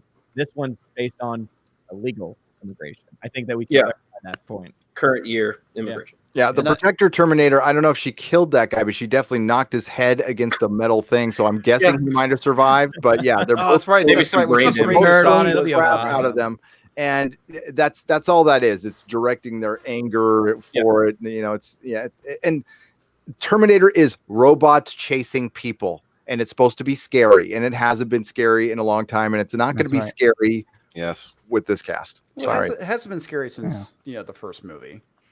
That's Yeah, true. the first one was a horror movie, a science fiction horror movie. I Exactly. love Second one was an love action. the first one. I wasn't even the biggest fan of the second one. Yeah, it was a different genre. It was like Alien and then Aliens. Yeah. Yes, Alien being science fiction horror, and then Aliens being Mhm. again sci-fi action. Yep. Yeah. The Time Traveler registered trademark for Australian $5. Thank you again for the super chat. Sam Whiskey for $4.99. Star Trek ship The Discovery is a copy of the Invader ship from the 1962 TV show Fireball XL5 episode 34, The Firefighters. Damn. That is good. I'll vet that, Sam Whiskey, but I am currently working on something that is potentially very embarrassing for somebody who's working on Star Trek Discovery. And you can guess his name. It rhymes with Smalix, Blurtzman. Very subtle, Gary. Very subtle. Maticus Finch for $18.20, $5. They're going to bring back Furlong just to kill Connor in the beginning, so we can focus. This is speculation, by the way. Yes. On so we can get focus on Juanita Connor. What a kick! What a kick in the nuts, literally. Maticus, literally. Modalicious for $2. Nobody I know cares about Star Wars or Herminator. I was watching a discussion about how popular Star Wars is. I think what gets lost in a lot of arguments is people want to look at it really black and white, like, well, Disney's still making money on it. Bottom line. Okay, great. But you're making money now. We're talking about 3 years from now, 4 years from now, 30 years from now. Right. You think these are going to carry over? Well, that's a very good point. I mean, even though we hadn't had a Star Wars movie in a long time, Lucas made a lot of money off the merchandising. Oh God, he could have never made one. If Disney hadn't bought Star Wars, he'd have been fine. If he didn't produce a new thing ever again, he'd have been fine. Yeah, Yes. it would have been fine because Dark Horse would have still put out Star Wars books. Yeah, they would have still put out toys. I mean, just till the end of time. CBS was making money off the original series forever when they weren't doing anything. They murdered the fucking cash cow. Yeah. I mean, Doctor Who did pretty damn well in the dark times. It learned how to do audio adventures, and they still were making money off and reruns and stuff. You don't need to make it new, especially when it's garbage. The Grand Inquisitor for $5. Hail Gary, what's the difference between a chickpea and a cabbage? I have no idea. I've never paid to have a cabbage on my face. Oh, all hail the Fandom Menace. Okay. Grand Inquisitor, well played. Riff Magus Australian $5. The problem is that had layers. There was layers to that joke. It was beautiful. There really Grand is. Inquisitor, you have my eternal respect. Riff Magos for Australian $5. The problem is there's no longer a focus on mythology and literature. It's all ism now. Creative bankruptcy. Our good friend, Steven, Drunk 3PO, gave us a super chat for $1.99, showing some love to this great panel. We love Drunk 3PO, and we will have him back on. Hail Drunk 3PO. And his eyebrows. Guy, and his eyebrows. Pimp hat. A $5 retracted message, probably because it says half black mic, right? Or half Jap mic. But yeah, no, that's fine. Andrew Clark for $2. I'm just kidding. What will they say when Tubman movie defeats? Okay, I don't know. Andrew Clark. Terminator. Oh, okay. The What Harriet are they gonna Tubman say movie. when the Tubman movie defeats Terminator Dark Fate? Ooh, that's that's I a want good to see point. that. You Yes. should do a crossover movie. There's time travel. So, Dude, Harriet Tubman v. the Terminator. I want to totally. see that. I know what I'm seeing on all, but I still get back to this point that I love that it's called coming out on All Saints Day. I just think it's great. I just think it's wonderful. Chris D'Elia recently bashed Bond fans. Thoughts? Big fat man for $2. Let me find out who this person is. Yeah, I haven't heard about that either. Hey Gary, I super appreciate you having me on. Even bumping the Great Mauler, who I want to hang out with. But go on. I got to back out. I just want to let people know I'm doing the auctions on my channel tonight. So if you're interested in original comic book art, when these guys are done here, or if you just want to open another window and look at the art, blacklistuniverse.com. Yeah, check it out. And again, I will link in the description Lone Star Comic, and later on I'll link your kiddo's game. Okay. And thank you, my brother. Thanks for coming. Oh, of course, man. And we'll get you back on. We'll get you back on again. We'll get you in the rotation here. You're gonna remember this time, right? No, I'm gonna say every time that you invited yourself. And when you'll eventually Gary, catch on. Steven, Comics, Garrett. I'll see you guys next time. Thank you. Hey, it's nice meeting you, Mike. Later, Mike. You too. Later, Mike. And then we can Mauler's still there. Yeah, I always been right in finally the remember wings. the name of that stupid comic book. It was United States of Hysteria. The United States of Hysteria. Yeah, do you remember that book at all? Yes. Yeah, that was the one that, with all the controversy because there was a trans woman gets her ass kicked or something like that. And that was by Howard Chaykin. Yes, Chaykin. Thank you. I was trying to remember the Crazy the motherfucker. writer. Yeah. Mauler, welcome back. That's nice. It's wonderful to be back. I saw that you guys mentioned Carnival Row. You haven't seen that yet, Gary? Have you not, or have you? I've seen the first episode, and I kind of liked it. I just been through it in 2 days, and I was like, it's all right. I think it had a lot more potential than they ended up doing with it. Like, I was a little bit disappointed that I was a bit hyperbolic with a friend of mine, but I felt like I said that they like had 5 seasons of content in one. The last episode is reveal, change. The world gets drastically changed in like 5 minutes in the end of season 1. And it's the kind of stuff that you'd expect to come at like the end of season 3. You'd be like, oh, everything's blah, blah, blah. And yeah, and I just think they've crushed it all in hopes that people watch and go, wow, so much is happening in this show. It looks so good, so amazing. And I just think they kind of, to give you an example, right? When we start the show, you can tell that the 2 main characters, the protagonists, the Fae and the Bergishman, they've both got histories that are a bit mysterious and sordid. You're like, oh, who knows how they connect, what happened? You get all of it within 3 episodes. And you're like, oh, okay. Well, that was, that's fine. And then by the end of the season, problem with the binge model, though. Yeah, that's what I was thinking. Like, is that they're trying to mitigate the binge model? Just take your time. It's all right. I'm gonna watch it. Take your time. One of my biggest complaints about like the Marvel stuff is that they basically drawn out 5 to 6 episodes into 13. I mean, there's a lot of stuff where it's just like, you guys can cut this crap out. Oh yeah, there's a balance. Like, for example, mentioning Buffy earlier, there's a lot of Buffy episodes that are filler. You can tell that they were just like, we need to do something. There's this weird demon that focuses on the ability to do something stupid, and you have to beat it by doing something stupider. And you're like, yeah, okay. It didn't progress anything. You're just like, oh, well, that was that. Yeah. And so, so it's always nice to have like a more of a progression. But like the end of episode 1, this is not a spoiler. In fact, this should be a hook. But there's a creature that looks like a Cthulhu monster that kills someone at the end of it, and it's like, whoa, what is that? What's going on there? That sounds cool. By the end of season 1, you find out absolutely everything, and you're like, oh, okay. Again, it's not. I think a lot of people would enjoy it, but I was just like, oh man, I could have been left not knowing what that was until like the end of season 3. Like I said, you could have stretched that out. Yeah, it ends, and then you're left with, okay, so why do I want to keep watching? Like, there's no, hook to bring you back. There really is no hook to bring you back. Like, it kind of ends. You're like, okay, the story can continue, but I have no, like, had they ended it with some of the, like, because there were some episodes that ended, you're like, oh, that was a really cool reveal. That would have been so much better than the season finale, which was like, okay, we can continue, but why should I watch? I feel like Seems they took they some haven't quite inspiration found from that Game of balance Thrones yet. as well. A lot of people are sisters, mothers, daughters, sons, and stuff, and a lot of like, roommates, ooh. yes. Yeah, that's kind of a trend. You don't want to follow that much. We've got some super chats to read. Then we're going to get to Steven, and then we're going to get to that Game of Thrones article. Does that sound good to everybody? God, I hope so, because that's what we're doing. That sounds terrible. Unhinged Crank for $2. Mauler, fantastic video on Game of Thrones 0805. Why, thank you. It took 3 months. Better be goddamn good.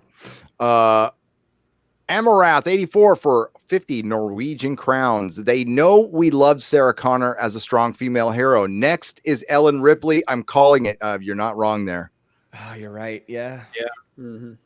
The Blomkin, no, his RoboCop got. Yeah, that guy can't cut a break. Unhinged Crank $2 Commando remake with Alyssa Milano as a retired SEAL. Yeah. Only if she brings 2 men to help mansplain everything. Yes. God, I can't wait for her debate with what's his name. It already happened, and she brought 2 Yeah, it men happened. to help mansplain. Yeah, she did. She did. What? Okay. Yeah. No. What happened? What is this? She debated why am I blanking on his name? Ted Cruz. Ted Yeah. Cruz. And she had to bring 2 dudes with her? Yeah. Well, that's not fair. Oh, that is fucking hilarious. But don't worry, because the whole time all she said was, "I feel," Yes. but yeah. I feel, and no facts, no figures, just I feel this. He must have just destroyed her. Come Well, on, she that's Ted Cruz. Yeah. I mean, yeah. Jesus. I don't know why she even thought she could handle. Like he's a politician. That's what he does. You're Alyssa Milano. Like, no. He clerked for the Supreme Court. Yeah. I mean, come on. Jesus It's like Christ. his job to do this. Privileged white Hollywood millionaire versus professional bullshitter. Yeah, exactly. Basically, that's a good way of putting it. And nobody thought to. No, never mind. Laura Rianne stole my fan fiction story for $2. I saw, but don't remember any Terminator after 2. I'm right there with you, Laura. I forgot. I remember a lot of comic books, and that's about it. Yeah. Terminator 2 or Sarah Connor Chronicles. It ends with a cliffhanger. It's fucked up, but it's still worth watching. And Lena Headey is a great Sarah Connor. And Summer Glau is just an amazing person in general. Yes. And then it also has what's her name? Shirley Manson from Garbage in it too. That's So- right. She plays the Terminator. And she does a damn good job. Joe Packer for $5. Any of you going to Star Trek the Motion Picture 40th anniversary at theaters this weekend? Yeah, probably me. I saw the poster. I think I might have to go do it. Yeah. I'm ready to do it. Trek is near and dear to my heart. Yep. But it's going to be a lot of staring at a cloud going down. Yeah. Barry, I finally saw it, and you're totally right. It was That's all it is. 2001, A Space Odyssey. but with Did Star you Wars. basically take a nap, during that movie? Wake up at the end. I was just staring. cool. I'm just like, oh my god, they're not hiding it at all. And then he was still getting to the ship, and then 10 hours later, he was still traveling to the Enterprise. Yes. And then finally, he got there. But The thing is, like the first, quarter of the movie is amazing. Like it's everybody coming back, and it's God, and then it just went. But I love it. One of the I remember watching that when I was younger, going, I don't remember Trek being this boring. Yeah. Douglas. What are they looking at? Must be very, very important. Douglas Trumbull took over that movie. He must have. He's like, oh, I'll do all the effects. Let me do it. He's great. Blade Runner. It looked great. Yeah. Close Encounters. Unhinged Crank, you guys, the future was lost because John and his plans were male oriented. Now, with a new women's perspective, the battle will be different. Yeah, because women are involved, the robots and everybody will just get along now. Because that's you. I mean, They're going to play Miss Monopoly. Yeah. apologies to Mahler, but there is a certain feminist sect in Europe that believes that if the women took over, there would be no more war. There's people who actually believe that. Sure. they've never met high school girls, I imagine. Yeah, exactly. Spend 5 minutes in a salon. Come on. I don't know. I What do you do with that? when women get into fights, they are far more brutal than men. Yes. Yeah. Mm-hmm. God. Maybe not as all the more physical, reason, but a hell of a lot why more psychological. women that's should be on for the front sure. lines. Yeah. Modalicious says for $5, Hale, quarter black. Did Biden have a stroke live on television? Every jackal on stage ignored the man's health. My grandmother had a stroke, looked just like that. Well, you see, you can't tell. He's always got one eye, kind of squinched, so you can't really tell when he's having a stroke. Yeah. He's always got that kind of pouty, angry look on his face too. He referred to Sanders as Mr. President during that debate. Really? Did he? I was watching it with a friend and we burst out laughing. It was so funny. God, He that's lost his hilarious. dentures at one point. He did? He was Yes, he talking did. and his teeth just like Bernie Sanders? Yes. That's great. it was Joe Biden. Joe Biden's Oh, it was Biden. Okay. Yeah. That's Biden and his gaffes, they're just so good. It's just they don't stop. Bloody eye. The hair smelling is brilliant. Hair smelling. It's great. the holding onto the woman's hands, like Just and just too long. like, getting a, Way too long. Yeah. If anybody at home is wondering what we're talking about, Quarter Black Garrett is part of another YouTube channel. It's kind of a big deal. And they were covering the debate last night. So, Steven Crowder show. Might have heard. He's got super drunk, That's I saw that. Everyone does watch Who are you dressed as? I was Vladimir Lenin. Okay. I should have automatically. Yeah, I was watching for a little while. I was like, who the fuck is he? what's going on? You come in late and you don't get in all of her names. So did you all of you dress up as communist? Yes. That's fantastic. We had Vladimir Lenin. We had Cesar Chavez, Che. I mean, I think Mao was there. All of them. Did Crowder have his figs? No, we can't do that. Can't pull out figs, man. We get banned. That's the wrong thing. That's wrong. There's some kind of mystery gift you can get though with maybe I don't know. Has nothing to do with that. Nothing to do with it though. Nothing at all. At all. It is. It's on there. But it's not. But maybe. Yeah.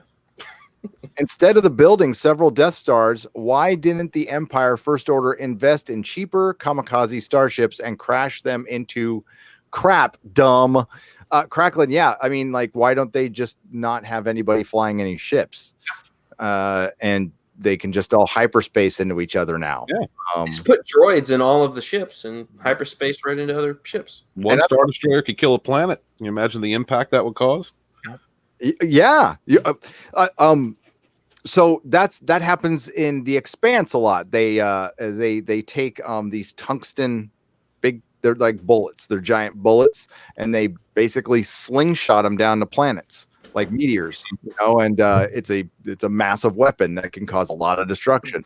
You could just do that. You can speed. The Expanse has actually taught me a lot about like motion and the stuff I didn't care about because they actually care, and it's a very good show. People should check it out. Yeah, that was actually in a few cyberpunk books where they're basically large blocks of nickel done on planets. Yeah, basically doing like mass drivers. I gotta bail, guys, because the wife has come in and is giving me the look, and it's time for me to go return playing Borderlands 3. So, good luck. Bye, Comics Division. Thanks for coming in. Bye, hey, I gave you a warning on that one already. I know. I got you. All right, I'll catch you next Friday. All right, man. I'll see you later. Late. Nice meeting you, Comics. All right. Well, thank God he's gone. No, I'm just kidding. Now the party can start. Now the party can start. The official Dougie J for $4.99. This is my oldest friend. We were like little kids together watching Star Trek and collecting Star Wars figures and nerding out. He went to Blade Runner with me. When it was in theaters for the first time. My mom took us in because it was a rated R movie, and we were both 12. We saw Star Trek 2, The Wrath of Khan together. We saw Superman 2 together, Raiders of the Lost Ark together. Yeah, nice. This is my nerd right here for $4.99. Did you hear that the premiere episode of The Expanse Season 4 is being screened at New York Comic Con? Are you going? Yes, I did. Mrs. Nerdrotic passed that on to me, and I am a trusted member of the press. Apparently, by the way, guys, I've been invited to like multiple press screenings. That's great. I don't know, but you're a shill. I'm a total shill. You know what I got invited? It's only a matter of time, Gary. Totally selling out. And you know who invited me to a one-on-one? Samantha B. Samantha Bee at New York Comic Con. I'm Do like, it. what? Do you think I Do should? it. Oh, Do it. I want to see Yes, it. Do it. do it. I'll RSVP certainly. Do it. Yeah. Okay. Yeah. She'll figure out how I am, but yeah, this is great. Yes, I'm going to try to go, Doug. I'm going to definitely try to go. The only thing I'm going to New York Comic Con, I'm just like totally stressing out about the flight. I haven't even thought about the show because I hate flying so much. So it's usually I stress out about the flight. I get there, things are fine, hopefully. And then I start thinking about the show and what I'm going to do. Tom King for $2. Hail to the panel, everyone in the Fandom Menace. Hail. Hail. Jeremiah, $2. Mike, get new internet. Well, he's gone. So. But he really needs to get new internet. Yeah. He's in San Diego, Whale's Vagina. Yes. Whale's Vagina. Okay, so we're done with that. Let's. I want to talk a little bit while we've got time. We have an author here with us, Stephen Walton. Stephen, why don't you tell us a little bit about like what led you up to your project and what your project is, like the pitch, you know? All right. Well, first I have to keep a couple promises. Sure. My friend Mike made me promise to say, Gary, the only reason I'm getting close to you is because I want to be on Exozone. And I also wanted to say, I've been saying this for a year in every chat that I've been with Odin, and now I get to say it on a panel to him. I might be gay for Odin's beard. Well, thank you, kind sir. So the Fandom Menace project, initially this project started out as something I was pitching to Jeremy Griggs. I wanted to do a company profile of his company, geeksandgamers.com, because I really enjoyed his the way that he hired people on merit versus, what they are. He doesn't tokenize people. I wanted to talk about that because, he really impressed me as a personality as I got to know him. And then Star Wars Celebration happened. We kind of lost contact. And in the meantime, I'd already written about 40,000 words and done a lot of research. And a lot of it had to do with the Fandom Menace. So I began just began working on a side project, which became the Fandom Menace project. And so where I'm at with that is I have started off I start off a little bit touching on Battlestar, touching on Gamergate, touching on leading up to Ghostbusters 2016. I try to stay away from politics. It's kind of hard to, considering that socio-political influence has a lot to do with the reason the Fandom Menace exists, but I try and stay away from it as much as I can. And then into The Last Jedi, and then the fan backlash, why the backlash happened, the voices that grew out of that resonance that began to speak for the fandoms, for the people. Because we really didn't have anybody. We were being attacked by the media. We were being attacked by production companies. We were being labeled and told that we were misogynist and sexist and racist because we didn't like a bad written movie that had no real structure and didn't have any honor or dedication to the lore and legacy and the fandom that it was written for. So I began to just start writing my feelings on that, and I had a lot of different resources at my disposal, and a lot of them were YouTubers and the voices that stood up for us. So I reached out to people like Odin's Movie Blog and asked him if I could highlight him in a chapter, and various other personalities, and that led to just the construction of the volumes themselves.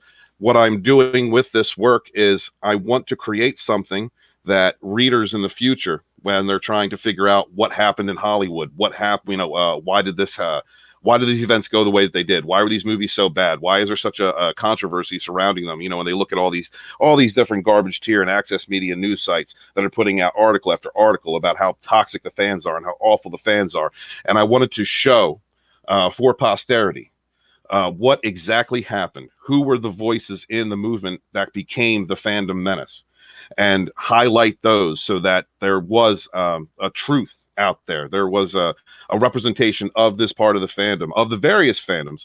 And I don't just stay within Star Wars. I go into Star Trek. I go into Doctor Who.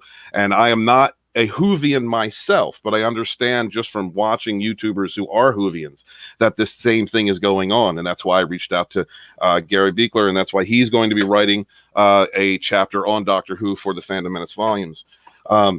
So I've also reached out to people who like the new Doctor Who like the new Star Wars and Star Trek, and they're going to be able to represent their feelings from their perspective on the matter, because the Fandom Menace, if anything, is about the ability to have an opinion without being persecuted for that opinion. So I believe an equal representation needs to be presented We need to stand up for our values, and that is one of our values.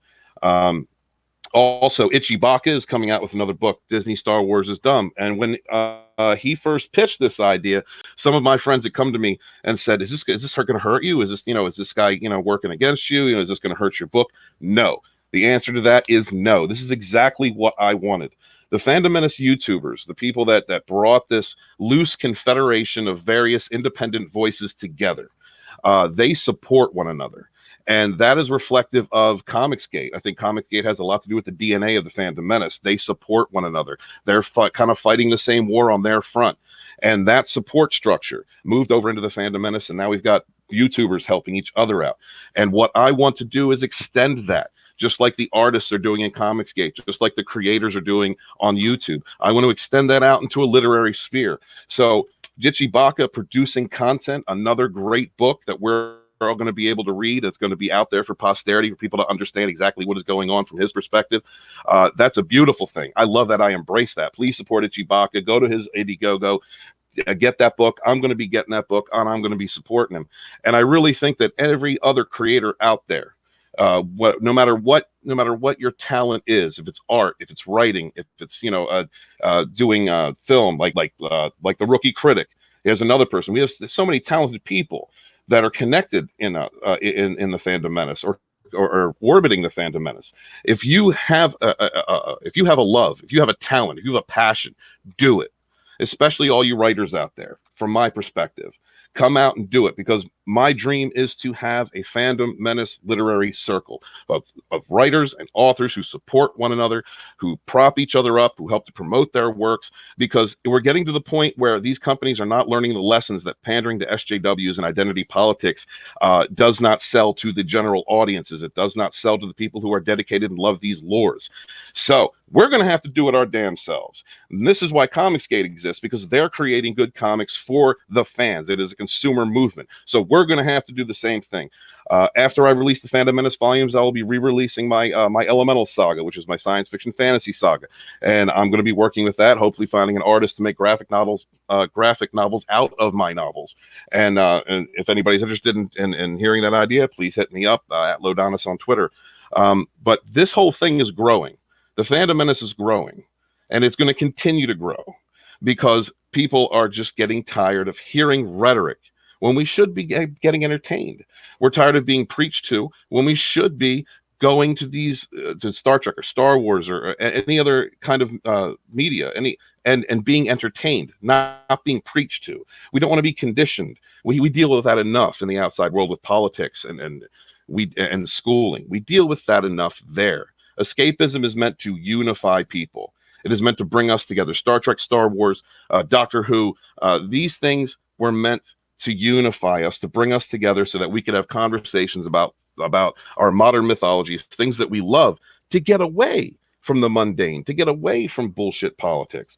And that is not happening anymore. The nuts are running the insane asylum. So I want my dream, as I continue these volumes, is to have a group of people, a group of writers that come together and that support one another and that produce our own content that maybe become something that the general audiences will become exposed to and that they will love. Same thing that Comicsgate's doing, same thing the YouTubers are doing. Nobody's going to those shill sites and access sites anymore. Not doing that. They're coming here and they're listening to these voices, these independent voices who are preaching things from their own perspective. And we have many different perspectives in the Fandom Menace. One of the things that I had to talk with a young lady not too long ago. She said to me, I don't really like to talk to you about certain things because you might consider me an SJW, and this is because she's left leaning. She's into LGBT, gender fluidity, a lot of the millennial kind of talking points. And I said, do you demand that other people listen to you, and do you demand that they accept what you say? And she said, no. I said, you're not an SJW. We have so many different types of people in the Fandom Menace, and this is something I want to reflect in the book. I got Jesse Milestone writing a chapter on how it feels to be a Jewish woman being called a Nazi. She's a left-leaning person. She's a lefty. She don't even like the term SJW. I've got Mark with a C, who's also involved and highlighted in one of my chapters. I have a lot of different people, and I brought together a good, diverse, and I know I hate to use that word, but a good diverse group of people that represent different parts of the Fandom Menace. to show people when they read about this, when they read these volumes in the future, that we are not alt-right, misogynist, Trump-supporting, racist. That is just a bullshit narrative. We are a group of people who just want decent entertainment, respect for our lore, respect for our modern mythologies. That is what we want. You want to give us a woman character? You want to give us a black character? You want to give us a story about immigration? Make it a well-written story. That's all you have to do. So the Fandom Menace volumes, so far, real quick, I'll just finish it up. The GoFundMe that was running, I'm probably going to be taking it down next week. Thanks to the generous donations of the people who have given the GoFundMe so that I could get this thing started off, we have been able to get it started off. Any future donations that anyone may decide to give, if you can, great. That's going to go toward increasing the quality of the production. But as it stands right now, we're going to be able to start an Indiegogo campaign in October for Volume 1. And we will be releasing all 5 volumes, I think about every 3 months after that. We're steadily just going to be working over the next year. So please stay tuned. And if you have any questions or comments, come to my YouTube channel, Author Stephen Walton, or my Twitter handle is @Lodonis. Thank you. Oh, dude, that was rocking. That was great. And sorry, I just, when I hear Trump supporter, there are Trump supporters in the Fandom Menace. There are ones that don't support Trump. But another thing that I think the Fandom Menace is about is not just, there's this false narrative out there. This one really pisses me off because, not to out my mom, but my mom's a Trump supporter. My sister's a Trump supporter. One of my sons is a Trump supporter. And you want me to turn on these people? No, I don't think so. So just that term, they try to make it sound like it's this bad thing. You just support the president, and honestly, I'm of this really stupid, naive, I was brought up, I guess, just by bad people who my dad always told me to support the president who's there because you want your country to do well no matter what, don't you? I mean, you do. I mean, that's what I want. So that's why when, there's a lot of presidents who got in that I didn't like, but I support them because I want my country to do well. We're getting in this weird place. And I'm really particularly pissed that they poisoned the well of nerddom, which was a place. I mean, we didn't always get along. Let's be real. We're always bickering, but it was, exactly. But it was always I like TOS over TNG, that, and we just would love to get back to that, to get back to that. So I think it's brilliant that you're doing this project. That's why, I'm sorry I was late to the game. Listen, I was late to the party to the Fandom Menace, but I'm here now. And we got, and we're still growing. And listen, as long as we remain, I love that you're writing a book on it, but I'll say it again because it needs to be said. As long as we remain very loose collection of like-minded folks who, for different reasons want better entertainment. Listen, Mahler just wants better entertainment. He focuses completely on the entertainment and just dissects it with a freaking surgeon skill. I love that. That's the stuff that we can continue to do. Hopefully we can just do that someday and just get into the content. That's why it was so nice honestly, Game of Thrones was a break from a lot of it because it was just a bad show. Yeah, that's the thing. It was just bad. A lot of people were looking for like a motive behind it all, and it's like, turns out they just wanted out and they rushed it, and it was really poorly written down to a mechanical level. Absolutely, and that's what we're going to talk about next. So here's let me share this. I was going to say, is there any chance I can throw a quick topic in? Anytime. Yeah. Good God. Yes. I'm being controversial on Twitter, and I'm curious what you guys think. Okay. So, Mahler, do you know how to do a quick topic? No, Gary's gonna have to help me. I'll help with that one. So, whatever. I'll be completely honest. Not a fan of Chris Stuckman myself. Okay. He bores me. A lot of his takes are really simplistic, and I've always found that it's because he's been around for so long that people really like to listen to him. Seems like a nice guy. I'm sure he's a great guy, in fact. But in terms of film criticism, I've always felt like he's not even a fan of anything. He's just he's floating through, watching everything that ever comes out. And the best way to describe this in microcosm is he spent 4 minutes talking about The Haunting of Hill House. It's like a TV show that I found incredible. And I was like, 4 minutes. How do you even? I don't even know how I could do that. I could talk about the intro for 4 minutes, maybe. I could talk about one of the actors for 4 minutes. I don't know. Like, you'd have to get me really shut up to do it. Regardless, it's all fine. I never crossed paths with him, but he put out a tweet. Can I link a tweet to you, Gary? I want to see what you think of it first. Yeah. Go ahead. I'll just link it in the chat thing there. Just read that out and tell me what you think. Okay, I'm going to. What's it letting me? Why isn't it letting me do? Yeah, Hang on. for some reason the chat won't post hyperlinks, so you have to actually copy. And Yeah, that's weird. Copy and paste. Maybe that's something I need to fix. I'm sorry, but I'm going here right now. Okay. So is it your response or his tweet? Well, if you want to read his first, tell me what you Okay. think, and then I can link you my response if you want. So his tweet is, without the filmmaker, there is no film critic. The filmmaker takes all the risks, spending years of their life crafting something. The film critic spends 90 minutes in a theater and maybe a few hours in front of a computer. Even when we hate a film, it's good to remember that. Okay. And your response is down here. Sorry. I could link that if you want, just because it's 4 tweets in one. Oh, so he's got multiple. Do you have any thoughts before you? Because I think my take might be controversial, but hey. No, I like controversial takes. Film critics rely on filmmakers. Okay, film critics rely on filmmakers to create. Filmmakers hope that the critics support and talk about their work. It's a symbiotic relationship that only improves when there's a respect level between the two, or between both. And he goes on again more. Hang on, there he is.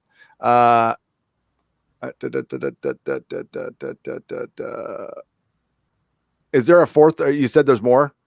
Oh no, I think that's all you need to read from Chris. Yeah. But, again, I was just going to say, do you have any initial thoughts about that? As far as there needing to be a respect between the two, the implication obviously being, calm down, guys. These people work really hard. I won't calm down. It sounds like a sensible thing up front, Mahler, but I consider my time valuable and my money valuable, and especially when you put yourself out there, you open yourself up to criticism. Well, and the problem is, like, I just got done with 3 months of work on one video, and I've got a guy being like, you spent 90 minutes watching a movie, and then you spend 3 hours, or, well, an hour and a half at a computer, and I'm like, Chris. Maybe you do. Yeah, I was just going to say, I think he's judging the world based on his standards, which I was going to say, if you want to, all he can do. But honestly, that's not a. People put a lot of work. Critics like you put a ton of work in. I put a ton of work in. And I put very little, and it shows. No, I'm just kidding. I'm just kidding. No, I don't. I think he sounds like he's trying to kiss some ass there, and I mean, that's his prerogative. But I don't falsely assume that people just put in 90. So you just go in for 90 minutes and you have a hot take. There are people who actually think about it. There are people who actually go to school for this, and critics are absolutely you can't have one without the other. So I agree with the symbiotic part of it. Well, yeah, you often get the whole, like, you guys, do you think you could make something better than D&D? And when it comes to stuff like that, I'm like, yeah. I could have. I actually did in my head come up with a better end than they came up with in Game of Thrones season 8. And if I had their resources, I could have hired the right people to come up with what was in my head. Certainly, would it have been great? I don't know, but it would have been more than one episode. That's all I'm saying. I can imagine, Gary, like, just my guess, you probably wouldn't have assassinated every single character. I'm going to guess that. That's just. Yes, that would have been my first thing, I would respect the characters I like. And not for, just to do it to shock people. But that showed their talent level. And once they were farther away from from George R.R. Martin, it became Dan and Dave's show. And there is you want to talk about a line of demarcation. Yeah. Pardon the fun. Yeah, it was terrible. And this is something we're going to remember for a long time. Like forever. As a matter of fact, it's called this thing. Like, if your show fails, it's going to be called a Game of Thrones. You Game of Thrones, your show. Yeah. So I mean, I don't know what inspires people to make tweets like that. I mean, like, I don't know. I was going to say, so just to, do you want to read my thing is full? Yes. But if you want to just, because I'm not happy with the take. That's what. No, I love that you're not happy with the take because it's not Please one of my read favorite. the word of Mauler. I will try to read it with respect. I will try. Hang on. Let's. Oh, I don't want to do that. Yeah, I don't. Such a. I love Mahler. Such a sad take when some filmmakers don't give a single shit about the content they inherit, while some film critics pour their heart and soul into what they cover. What's YMS? Sorry. That's Your Movie Sucks. Your Movie Sucks on The Walking Dead Season 2, H-Bomb on Sherlock, Plinkett on pretty much everything. That like, there are more examples, obviously, but I'm talking, these are critics that, like, they did their work. They were like, let's find out exactly what's wrong with this thing. The H-Bomb on Sherlock. Yeah, Sherlock is a he destroyed that show. I enjoyed that video quite a lot. No, that's Stephen Moffat is the JJ Abrams of the UK. He absolutely is. Damn. No, I think that's a great take, and I don't think it's controversial at all. Oh well, I was going to say there's 3 more bits, but I assume that those bits I'm going to agree with. I get that what you do is sit and watch a movie sometimes until you end up following the status quo. So for context, he's got a review of Blade Runner, and he basically says he didn't get it, and then he just kept watching it until he felt he had shared the opinion that everyone else does, which is that it's a really good film. He was like, I didn't get it, I didn't really like it. He's like, after watching it for the 4th time, I think I like it now. And it's like, why did you only watched it until you liked it because of the reputation it has? This is what I mean. To me, he feels like a hollow critic. He's trying. He's like, I'm a film critic. I've got to like Blade Runner. Of course, you have to like Blade Runner. How can you not like Blade? You got to like Blade. So I got to keep watching it until I like it because something's wrong with it. He's got the Clockwork Orange like things holding up his eyes. Like, I love this movie. And that's the thing. I am okay with people. I think Jay from Red Letter Media actually is the controversial one, saying like he thinks Blade Runner is boring and he doesn't connect with it. He appreciates a lot what it achieves, but like I way prefer hearing someone say that than someone going, "I watched it until I liked it." Yeah, yeah. Okay. And I'm sorry, the cynical me says he didn't watch it that much, and he just said he liked it, so he can sound cool. But I'm bad. No, Blade Runner certainly is a great example of a movie of its time too. I think if people watched it for the first time now, I think very few people would like it. I mean, that's just me, especially younger. And then chat for 10-15 minutes, but some creators are trying to criticize while entertaining and informing. Yes, they are creating art while engaging in criticism. Thank you for saying that. Critics may very well be poor filmmakers, but filmmakers may very well be poor critics, which is so true. You do not want to trust creatives on a lot of stuff. Many filmmakers may not exist if not for learning more from critics. A relationship may not need to exist. In fact, criticism may be blurred when a relationship is ongoing. Collider. Respect is earned. Some content creators do not care to respect their audience, and critics may return that attitude in kind right back to them. Well said, my friend. Well said. So we are creating a form of art and entertainment, and I think that might stick. Like I hear a lot. People, I'm sure you hear this a lot, Mahler. I hear that people just watch our reviews on stuff, and I know most of the people who are watching my Star Trek stuff were not watching Star Trek. They couldn't care less, and I'm sure it's the same for you. I'm sure most people didn't watch Predator, but they watched your video. And a lot of people, I think you guys, possibly everyone in relation to the Fandom Menace and myself, and we're all being told they're not going to watch episode 9, but they will watch the crap out of everything we make because they're like, I trust you guys. I respect your opinion. I want to know what your take is on this stuff. Yeah. And because, I the way I see it is that as much as we all know episode 9 is probably going to be dreadful, there's still stuff that we can point out to learn from it, how to avoid falling into this pitfall again, and how to condemn the creators for making a lot of the decisions they've made for other motivations, like trying to trick the audience into loving the nostalgia, or trying to go with an agenda that proves that you could have a woman protagonist, as if we didn't know this, as if this is brand new to us. Right. And focusing on that alone instead of actually building a character. There's so much we can talk about that will help. So there's going to be people in the audience listening right now who are going to be future directors and writers who will cite us as inspiration. Right. I hate the idea that critics are like parasites. Like, oh, we can't survive without someone making a movie. It's like, why even go there, man? Like, we're working our asses off sometimes to actually get a point of improvement in this industry. And you're like, ugh. You have to respect that they tried. It's like, are you kidding me? Like, do you want to go over all of the different creators in film history, what they've done? Just like you want to defend every single one, and then you want to simultaneously be like, hey, Plinkett, like I know you think you're all right, but you have to respect George Lucas.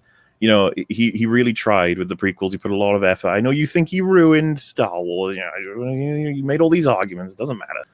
I mean, again, it's the same for me, right? If you're like, hey, Rian Johnson worked really hard, I'm like, I'm sure he worked hard to a certain degree in certain areas. Doesn't mean I can't criticize him. And doesn't mean I can't work hard when I do it. Isn't that what Daisy Ridley said? She was like, oh, I don't like it that all these people are so harsh in the film. Everybody worked really hard. Well, it's like, yeah, I'm sure they did. I'm sure they worked really hard. But the end product is not good. Well, do you remember the Simpsons episode where they build the house with love for Flanders? They work really hard to build him a house that falls apart immediately.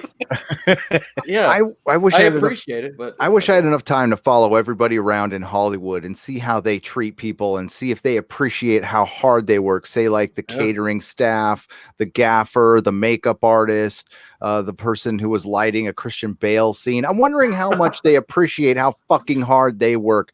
Let me tell you, they are some of the worst fucking people to other people imaginable. So kiss my ass on working hard. And that's all we heard out of Game of Thrones season 8. We worked really hard. It was so hard. It was a night shoot, 55. Fucking shut up, you pussies. Fucking Starbucks and Winterfell. Underwater, exactly. Underwater welders down at the shipyards in San Diego, those fuckers work hard. They die often. They get paid a lot of money. That's partially why there is a gender pay gap, because not a lot of women are doing that. But they want women. They are dying for people to do that, literally. So don't talk about working hard. You get to pretend for a living, and you get paid an insane amount of money to do it. And you get these platforms because you're in this movie. All of a sudden, your Instagram has 1 million followers, and shut up. So critics are, and guess what? Critics do make you more popular. Because when we criticize something, we get, and we're honest about it, we get credibility. So when we praise something, people listen to it. Well, why do you get sponsorships, right? Your word is worth something now. Everybody's who's built an audience with integrity, their word is worth a lot. Yeah, and it's going to get to a point where it's the voices that have been critical and have been honest that when we praise something, that's going to be worth more in the end. Not to mention, like I'm offended on behalf of a lot of the friends that I've made over there. There's a lot of YouTubers who are content. They've written books, they've done screenplays themselves. Like the idea that it's like, hey, you're not a creator, okay? Calm down. I'm just like, okay. Actually, they're more of a creator because they built their platform on their own. They haven't had to rely on a producer and get funding. Like they did it all from scratch. Did it from scratch. Small business, entrepreneurship, the greatest thing on this planet, by the way. And don't even listen to that. Like Stuckman, he's done it too. He should know that too. Didn't he like start his own damn channel? And maybe he doesn't respect himself, but I mean, that sounds like projection, like most of that stuff is. And good, well defended, my friend. Well defended. Look at Mahler looking out for us, man. Looking out. Oh, I love it. Sorry to derail your podcast. No, you're not. We're gonna roll this right into freaking HBO coming out with a goddamn prequel for a show that shit the bed and shit it hard. So they're making Solo. That's funny. I just heard a live stream, Midnight's Edge. I hate to call these guys out. I love the guys at Midnight's Edge and everything, but I heard some people on there saying Solo was like not that bad of a movie. It was a horrible fucking movie. Infest Nest. Is that how you feel, Gary? That's how I feel. HBO is reportedly turning George R. R. Martin's worst book, and I'm gonna thanks comics. Or was it Odin? Was it you told me this? Yeah, I saw the headline. I'm like, oh my god, even they're not gonna defend it. No, because it's bad. So Undeniable. they HBO has completely forgotten the backlash. Everything about this, I don't know, like. I was agreeing with YouTubers who would never agree with me on anything. Like Preston Jacobs probably hates my guts. He probably saw me as some interloper coming in and fucking talking about Game of Thrones and stealing his. I know. I doubt he thought this. I'm just kidding. But I mean, there's channels, like great channels, by the way, who I follow, who are dedicate themselves. Ideas of Ice and Fire, Preston Jacobs are both great YouTube channels that it sucked for them. Although Preston Jacobs has been hard on this show from the get-go. So, I mean, he's been on it. So we're still waiting on news from the first Game of Thrones prequel. And this is what I wanted to bring up. There's a prequel called Blood Moon that just finished shooting that hasn't been picked up the series. And all of a sudden they're greenlighting another prequel. There's a couple ways you could look at this. That HBO is developing, but the premium cable network doesn't seem content to stop there. A new report from Deadline claims that the second prequel series, this time based on Fire and Blood, Martin's fictional history detailing the Targaryen dynasty, is nearly to pilot. Game of Thrones finally ended earlier this year, but HBO was already hard at work on proposals for no fewer than 5 prequel and spin-off ideas before the hot takes from the final season had even finished cooling. We already know what one of those proposals is: a prequel set thousands of years before the original show and the Golden Age of Heroes, created by Jane Goldman, a series author. She worked on Kingsman. She did work on Kingsman movie. Kingsman was good. Yes. The first one. Series author George R. R. Martin shot a pilot episode earlier this summer, back in May, and has not been ordered to series. Just before the original show ended, Martin noted in his blog that 2 more of the other ideas are still in play, edging closer. But this one's going to be based, I believe, on Aegon's Conquest, which I'm going to stop right there. If it's Aegon's Conquest, so Aegon's Conquest is when the Targaryens took over Westeros. They fled. Their country was Valyria. It used to be dragon lords everywhere. And the Targaryens were just they were not that big of a family. They were just kind of a so-so family, but they had Dragonstone, which is off by Westeros, but they had Daenerys the Dreamer, and she dreamt of the doom of Valyria. And then Valyria is kind of like the Atlantis of Game of Thrones. So it had 14 volcanoes. They all went off at the same time. Nobody knows what happened. It could be magical. It could be children of the forest. Who knows? It could have been the Faceless Men. Or it could have been just a disaster. We don't know, but they all died, and Targaryens were the last dragon lords. They sat outside of Westeros for a good couple hundred years, and until Aegon decided to take it over, and he even had to think about it for a while. And if they do that, there is some great stuff to be had. The thing is, are you going to care? Mahler, are you going to care? Because this is going to be more expensive than Game of Thrones if they do Aegon's Conquest. I've been burned, man. When it comes to Game of Thrones, I'm like, whoa. Yeah, it's the same idea. Like the idea that it's like, we've got a sequel trilogy to the sequel trilogy being written and directed by all the people you want in Star Wars, but still produced by Disney. I'm like, okay. You'd be like, you're not excited? And I'm like, no. Yeah, no. And it's the kind of thing. I feel like we've been like knocked down to the bottom of the ladder again. I feel the same way. Well, even worse than I did when my sister all those years ago was like, "Have you heard of this show called Game of Thrones? You should check it out." And I was like, "What is it?" It's like, Sean Bean, medieval castles and fighting and stuff. It was pretty cool. And I was like, okay. Check out season 1. And I was like, this is pretty cool. Finished season 2, and I was really into it. I feel like we're all the way back to when she was pitching it to me, but now I have this horrible taste in my mouth too, and I'm like, yeah, it could be good. I don't know. Yeah, no, fine. I connect with you there too, because I watched the show from the very first season because I saw a show that was all about like medieval people, and I'm like, yes, I love that stuff. And so when I met my wife, when we started dating, I introduced her to the show, and then she fell in love with it, and so it became a thing that we watched together, like from the 4th season on. And so for us to watch it all the way to the end, it was just like a heartbreaking thing because it was something that we both loved together, saw crumble before our very eyes. Because even she defended it all the way as much as she could. And then by episode 4, the last season, she said, "Okay, I can't defend it anymore. I can't." Yeah, well, it's the same way. I watched the show with my wife, and then I brought my whole family, my dad, my mom into it. Like, let's all watch it, and we all started watching it from about the same time, about season 4. Yeah. And then just watching it crumble in that last season, I was like, "What is this real? What's going on?" Like, the moment the rocks fell over Jamie, I was like, "I'm fucking done. What the fuck?" Yeah. That was whenever I snapped. I was like, I can't take it anymore. Yeah, it's sad. I came back.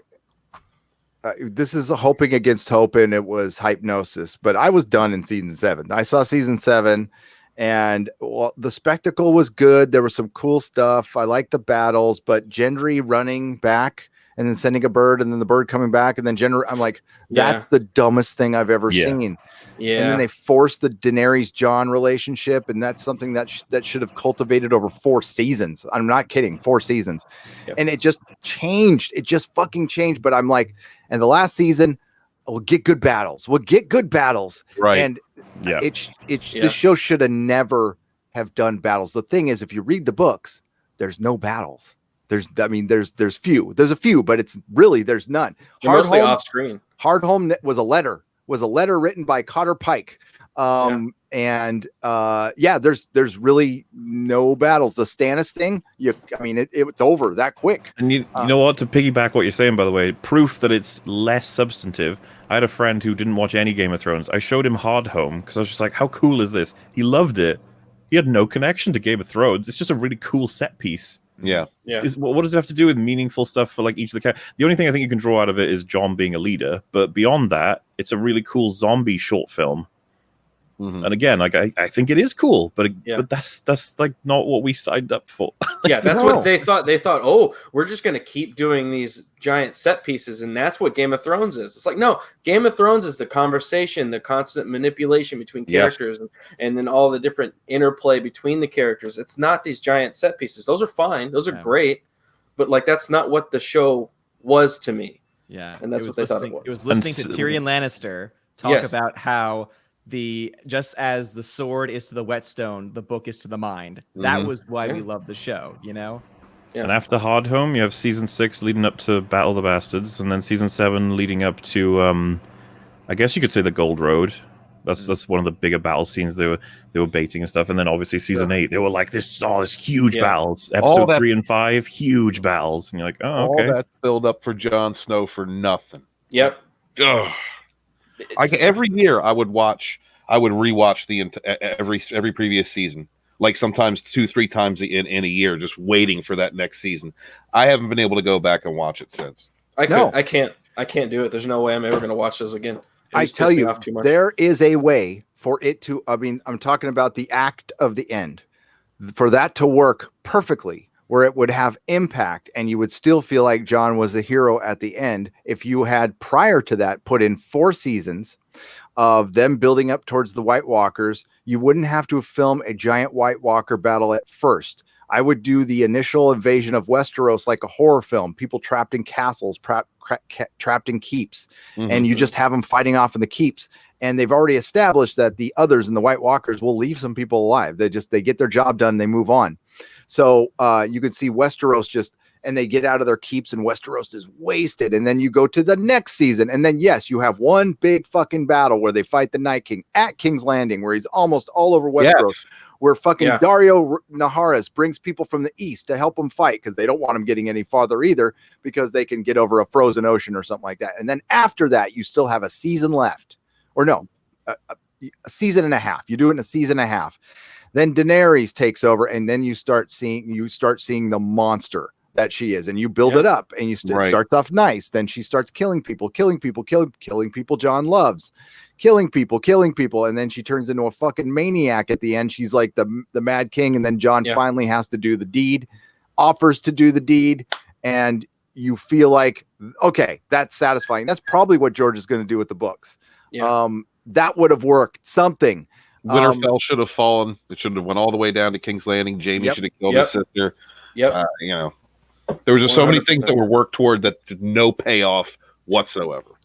Season 8 was a lineup of all of the people, every character with like this, and they just Except for Brienne.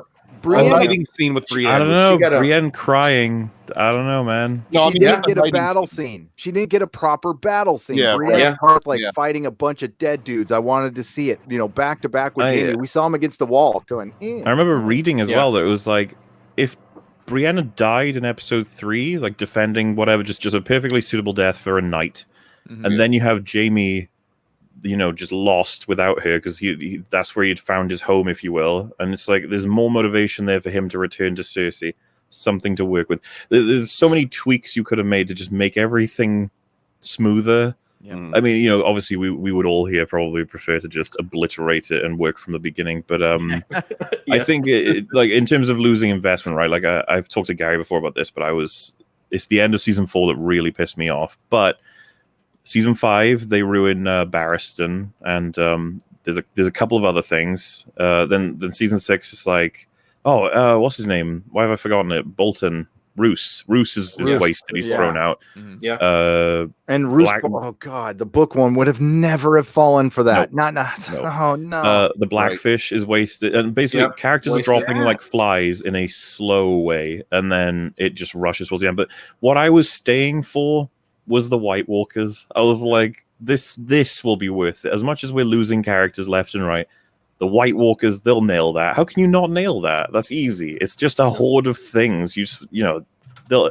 And then episode 3, and I was like, oh wow, wow, can be done.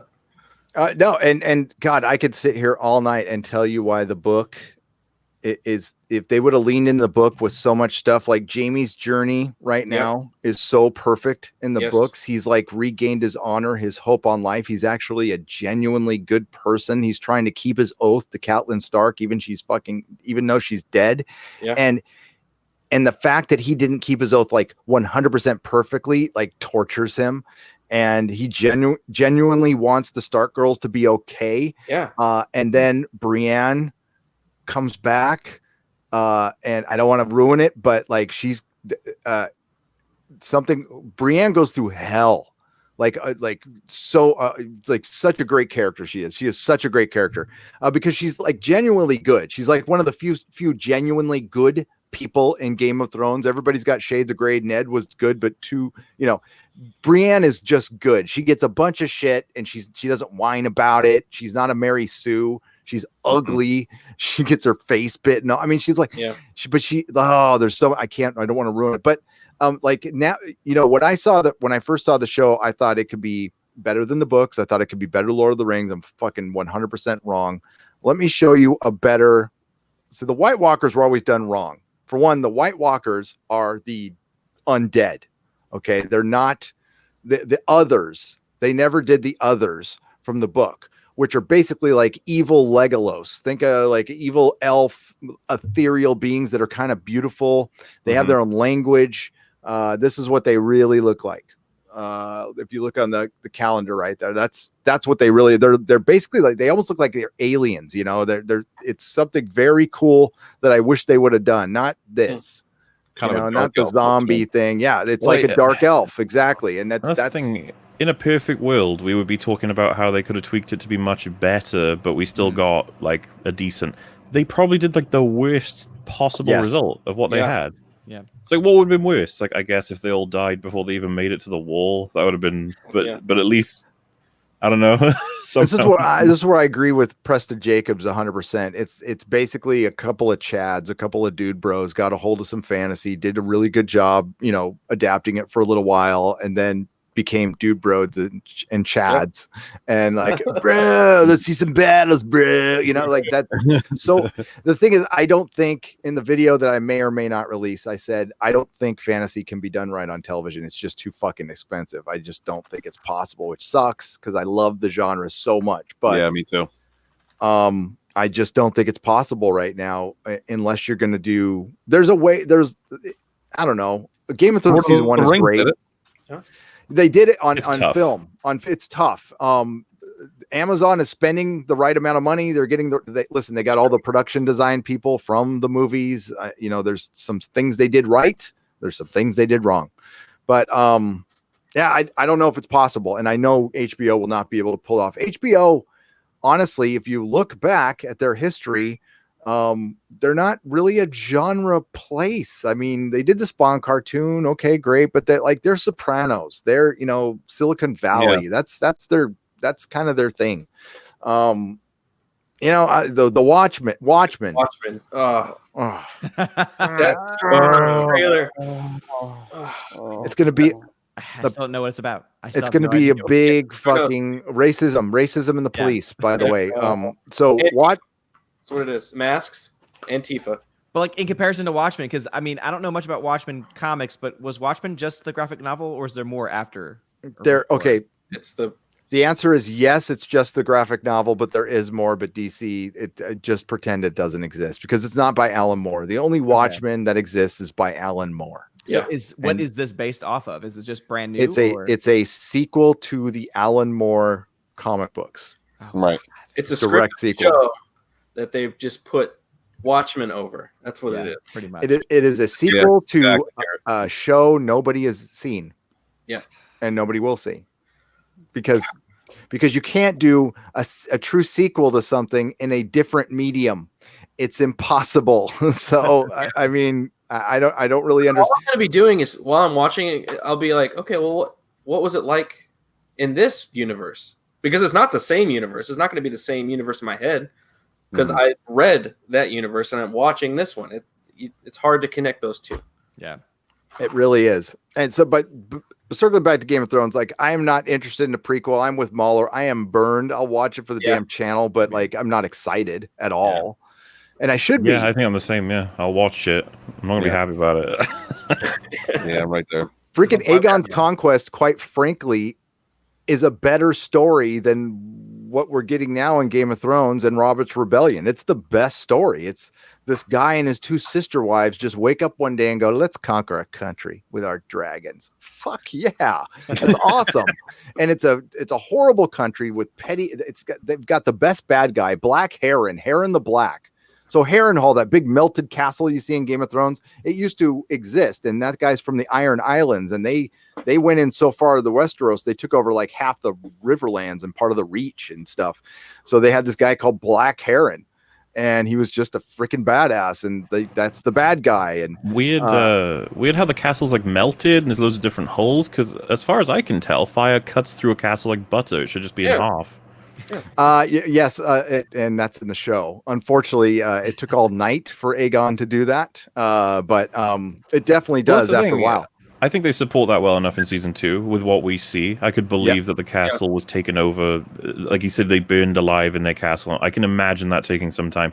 But like, do you see that bit where Daenerys just slices off a huge tower just by going boop? It's just like, okay. That wouldn't go like that. Weird that Jon can just sit behind that stone while the fire is burning. Very confusing. Almost like they wanted to the fire is as powerful as it needs to be whenever they want something to happen. Interesting. Well, they had to stick him there while he didn't fulfill the prophecy. Well, you see, it would have been too obvious for Jon to kill the Night King. That's too obvious. Yeah. And that's how we all write, right? We just don't make obvious things out. Luke saving Vader, too obvious. We should have had the Emperor throw Vader down the chasm. You know what? Expectations. Leia should have came in and just saved everybody. That's what happened. Leia should have flown in. Yes. Oh, they still might do that. I mean, you're giving them ideas. What if Luke was Vader's father? Why not? What if Rey is Luke and Vader's father? Yes. There we go. Time travel. Nailing it. Time travel. Nailing it. Yes. All right. I got to get to some super chats, guys. All right. Well, before you do, I have to head out because my wife's going to bed and Lord knows I can't be yakking while she's trying to go. I got you. No. Do what you got. Thanks for coming in, Odin. Thanks for having me on as always. And good Plug your night channel. to everyone. Go check me out. Odin's movie blog. Talk about topical news, such stuff. And He's a critic who's a cynic. yeah, I have a movie blog. I don't know if anyone knew this. I have a movie blog, but yeah, It's in the title. it is. Yeah. So, All white Odin. There you go. Good night, Odin. All right. Good night, everybody. Good night, Odin. All right, and any do not feel if you guys need to bail at any time, just let me know. I'll be chugging through these super chats. Feel free to chime in. I've already read that one. It's called Cultural Appropriation of Comic/Movie Culture for the Woke. A Deja Outlaw for $4.99. Indeed. I completely agree, and we're just going to get more until it's not around anymore. Baptist 702 for $5. Marvel and DC Comics will have to crash and burn with new free thinking and refreshing comic book companies rising from the ashes. Yep, that's how things roll. Yeah, I mean, we just didn't want it to, and that's the whole basis of Comicsgate, even Gamergate, and the Fandom Menace is. We still want to give you money. Yeah, please let us do it. We really like to give you some cheddar. You're just making it hard. Can you stop? He reminded me of like when season 8 finished. He was like, "Can you do it again? I'll pay." Just do it again. Just make a good one. If everybody who would have signed that petition had given some money, they could have done. Well, yeah, let's say 1 billion people signed it. I'm pretty sure even D&D would be like, whoa. I think they were whoa on how many people signed it to begin with because they could not stop talking about it. Yeah. Why not have a contest? Best Batman comic gets it. Says Laura stole my fan fiction, or Rianne stole my fan fiction story. Why not have a contest? Best Batman comic gets it. You mean with Zoe? Yeah. Oh boy. Scott Taylor for Australian $5. Are they making a Blake 7? Hope so, but don't want to see gender swap SJWs fighting the patriarchy. Then you don't want them making it in 2019. Trust me. Scott Taylor. Original Star Wars fan, $5. Question, forget The Last Jedi. How do you get past Goofy The Force Awakens? I don't. A New Hope copy. Kylo doesn't need the helmet. Han Solo dead. EU discarded. Discuss perhaps. Original Star Wars fan. I am not a fan of The Force Awakens. I know there's many people in the Phantom Menace who are, but I'm not. Nope. No. I think there's more people who have turned on it now than there are people who even like it anymore. Yes. Yeah. Well, the TLJ retroactively, I think, killed a lot of the enthusiasm that anybody had for 7. Initially, I thought it was okay. I came out of it going, okay, it was a little lackluster, but it's potential. It's right. Stuff, and then TLJ just made that movie completely irrelevant. So it's I think JJ was successful in his goal, which was to dangle those keys just to convince everybody they were watching something they wanted. He nailed it. It worked on me. Like it worked on a huge audiences. But then you just realize, like, wait, what was that? Yeah. Like you look past the keys and there's this horrible goblin that's half melted, and you're like, oh. I saw TFA multiple times. TLJ once. That was it. I think the only reason he did The Rise of Skywalker is he knew he was going to sign the deal with Warner Brothers and doesn't give two shits after this movie is done. He's got his quarter bill or half bill, whatever it is. He's taking over Hollywood, and the guy has no talent whatsoever. But as far as that, that film is The Force Awakens, I wasn't fooled. There's a YouTuber out there, the Den of Nerd, who basically said the Phantom Menace's logic is off. Because we think The Rise of Skywalker will be bad based on JJ Abrams' previous work, and I'm paraphrasing, all right, and The Last Jedi, and you can't. And he said you can't. It's not fair to judge. I think he said JJ based on Rian Johnson's work, and he said it was illogical. And I'm saying we're watching the third. It's a 3-part story, one single story in 3 parts, and the first 2 have sucked. Yeah, the third one will suck. Yeah, it's impossible. Even if it's a great, it could be a great movie in and of itself, but it's going to be a terrible movie because it is the 3rd movie in a trilogy. Again, there's a lot of aspects it has to choose which continuity it wants. Like, is Kylo Ren a good guy or a bad guy? Choose. You're going to be contradicting something, but you can choose. Well, who is Rey's parents going to matter or not? You have to choose. You're going to be contradicting something no matter what you do. And that's the horrible position he is as a writer. Also, Gary, I meant to mention this because I heard you say it on one of your videos. I watched Alias 2. Alias is full of JJ Abrams stuff. MacGuffins, mystery boxes, constantly pushing everything forward because he doesn't know where to end. The Rambaldi devices, there's like a bazillion of them. It's like, why? And they're always red. There's always the color red involved in everything. Yeah. Really weird devices too that are just like, how could he possibly have invented this? And you're just like, well, he's a magical guy. I don't know. But the ending to that show as well, it's very like, what in the world?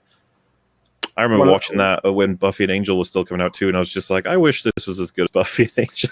It started, but then you started seeing through JJ Abrams, and he is a charlatan. That's what he is. That's what he does. Snake oil. The Rise of Skywalker is going to be an episode of fucking Alias. They're going to be running around with a MacGuffin, going to different locations, and you know half of a code will be here, and she'll have to run over there, and by the end, it won't even matter because you just want to get the fuck out. You got a migraine. Yes. Do you remember the amount of resets in Alias as well? It was like they keep recreating. There's a group as a task force, and they get told they have to fetch an item. And every season, it gets broken apart. Everything's over. It's all done with. Division 2 episodes later, everything's back. Yep. It's like, is it SI6? S something 6? And then like her dad's good, and then he was like a bad guy. Slode ends up being the boss again in season like 4 or 5, even though he's like a horrible terrorist criminal person. You're like, how is this status quo? He keeps coming back. He's like, that's what people want, right? That's what people want, right? And you compare it again. Sorry, I keep doing this. But you compare it to Buffy, where every season they're just like, we're moving on. We're moving on with our formula. Yep. We're doing something different now.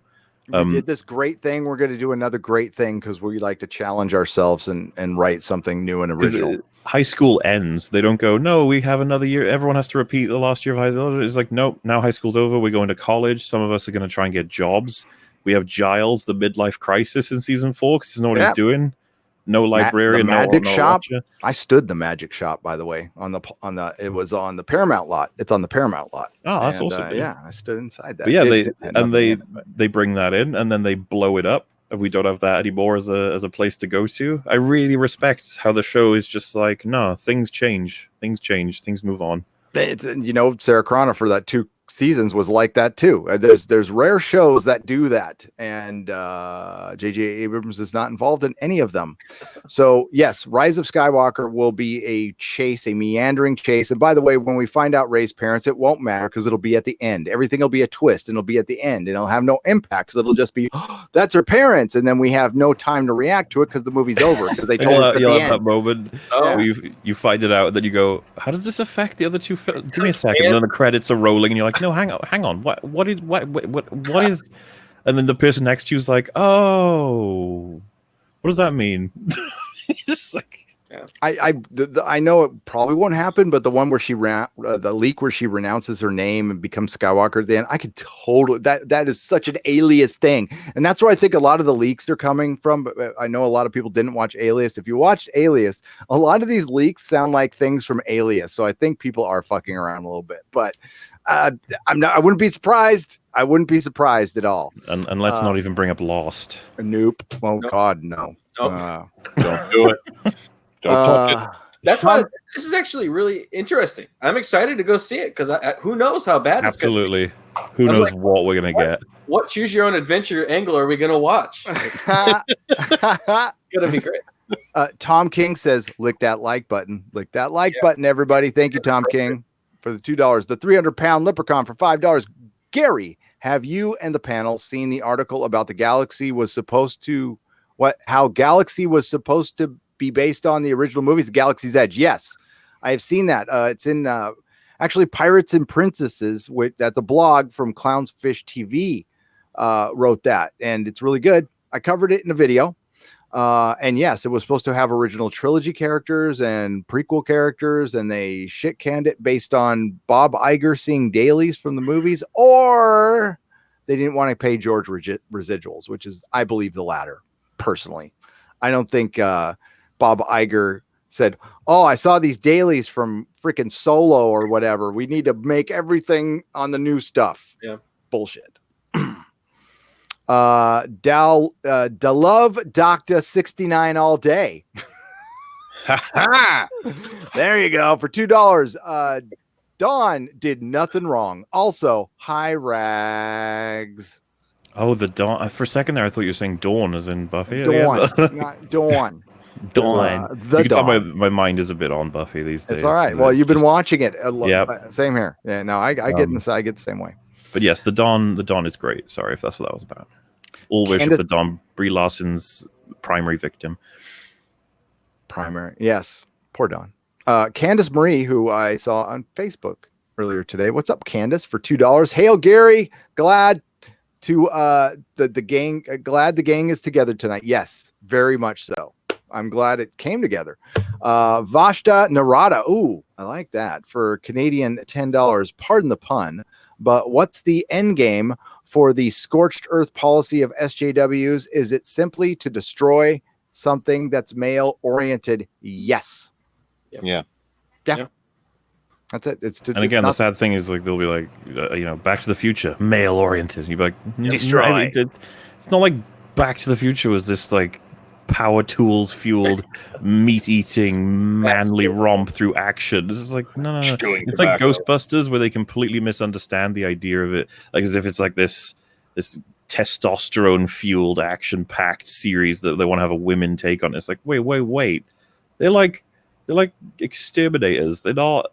Yeah. You're missing everything about Ghost. But again, it's funny because we were talking about this earlier. But watch Plinkett's video; it just annihilates the idea of how they screwed up their approach. But they seem to be doing it with everything, ignoring like not looking at the heart and soul of these franchises. Instead, just looking on the surface, like, oh, action movie with guys. Let's make it with girls. You're like, no, that's it'll be just as good.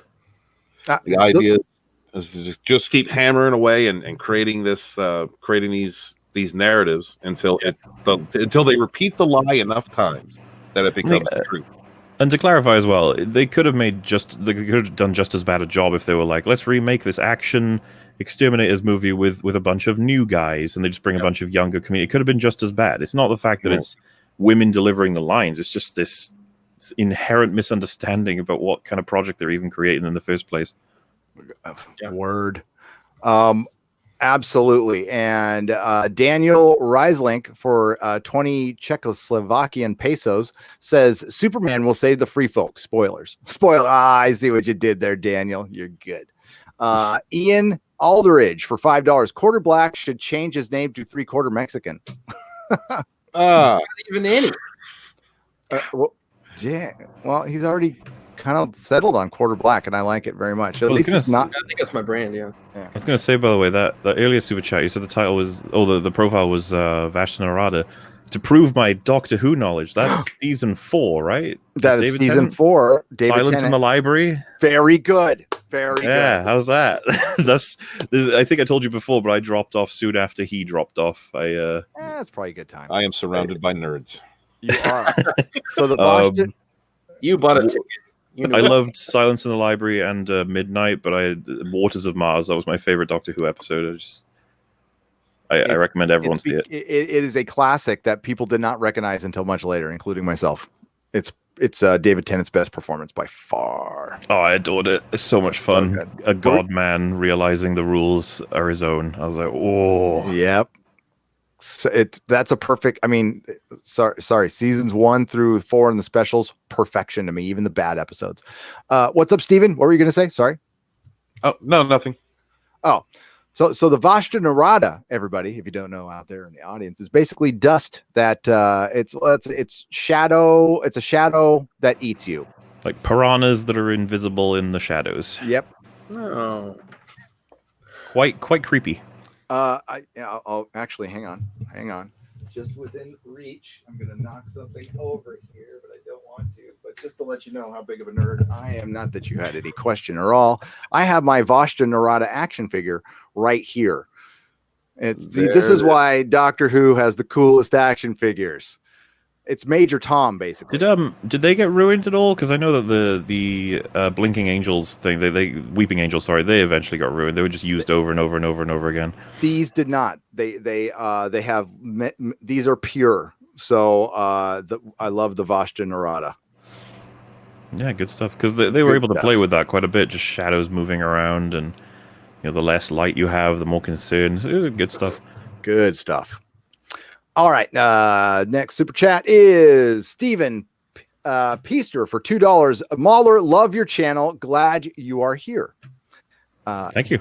He follows up for $5. Mahler, do you have interest in covering any anime series or films? Also, could you and Gary do videos / conversations one-on-one? We do and will. I think. Yes. We have as for anime, I've told people this before. They're like, "Aren't you worried with how long you take on videos that you'll never be able to like keep up to date with blah blah blah?" And I'm like, I actually kind of wish sometimes they would just stop for a year, just 1 year. Don't release anything for a sec, okay? I got a whole bunch of stuff I want to talk about. Give me some time. But the idea being that, like, yeah, there's a lot of TV shows, movies, and even anime that I'd like to talk about. I'd like to do a series on One Punch Man or FMA Brotherhood. They were two of my favorites. Because I think storytelling basically transcends medium. Like things you talk about that are great in a movie can absolutely work for a TV show or an anime or a book or web comic. There's so many different ideas to talk about and go through that translate. And yeah, I'm not averse to anime. A lot of people think that I just don't like it. It's like, no, I just haven't watched a lot of it because I really focus on films and TV. I try and I'm still stocking up on it. There's still things that are considered classics that I haven't seen. So, but I have a friend of mine who's like, his whole job is to show me the best of anime.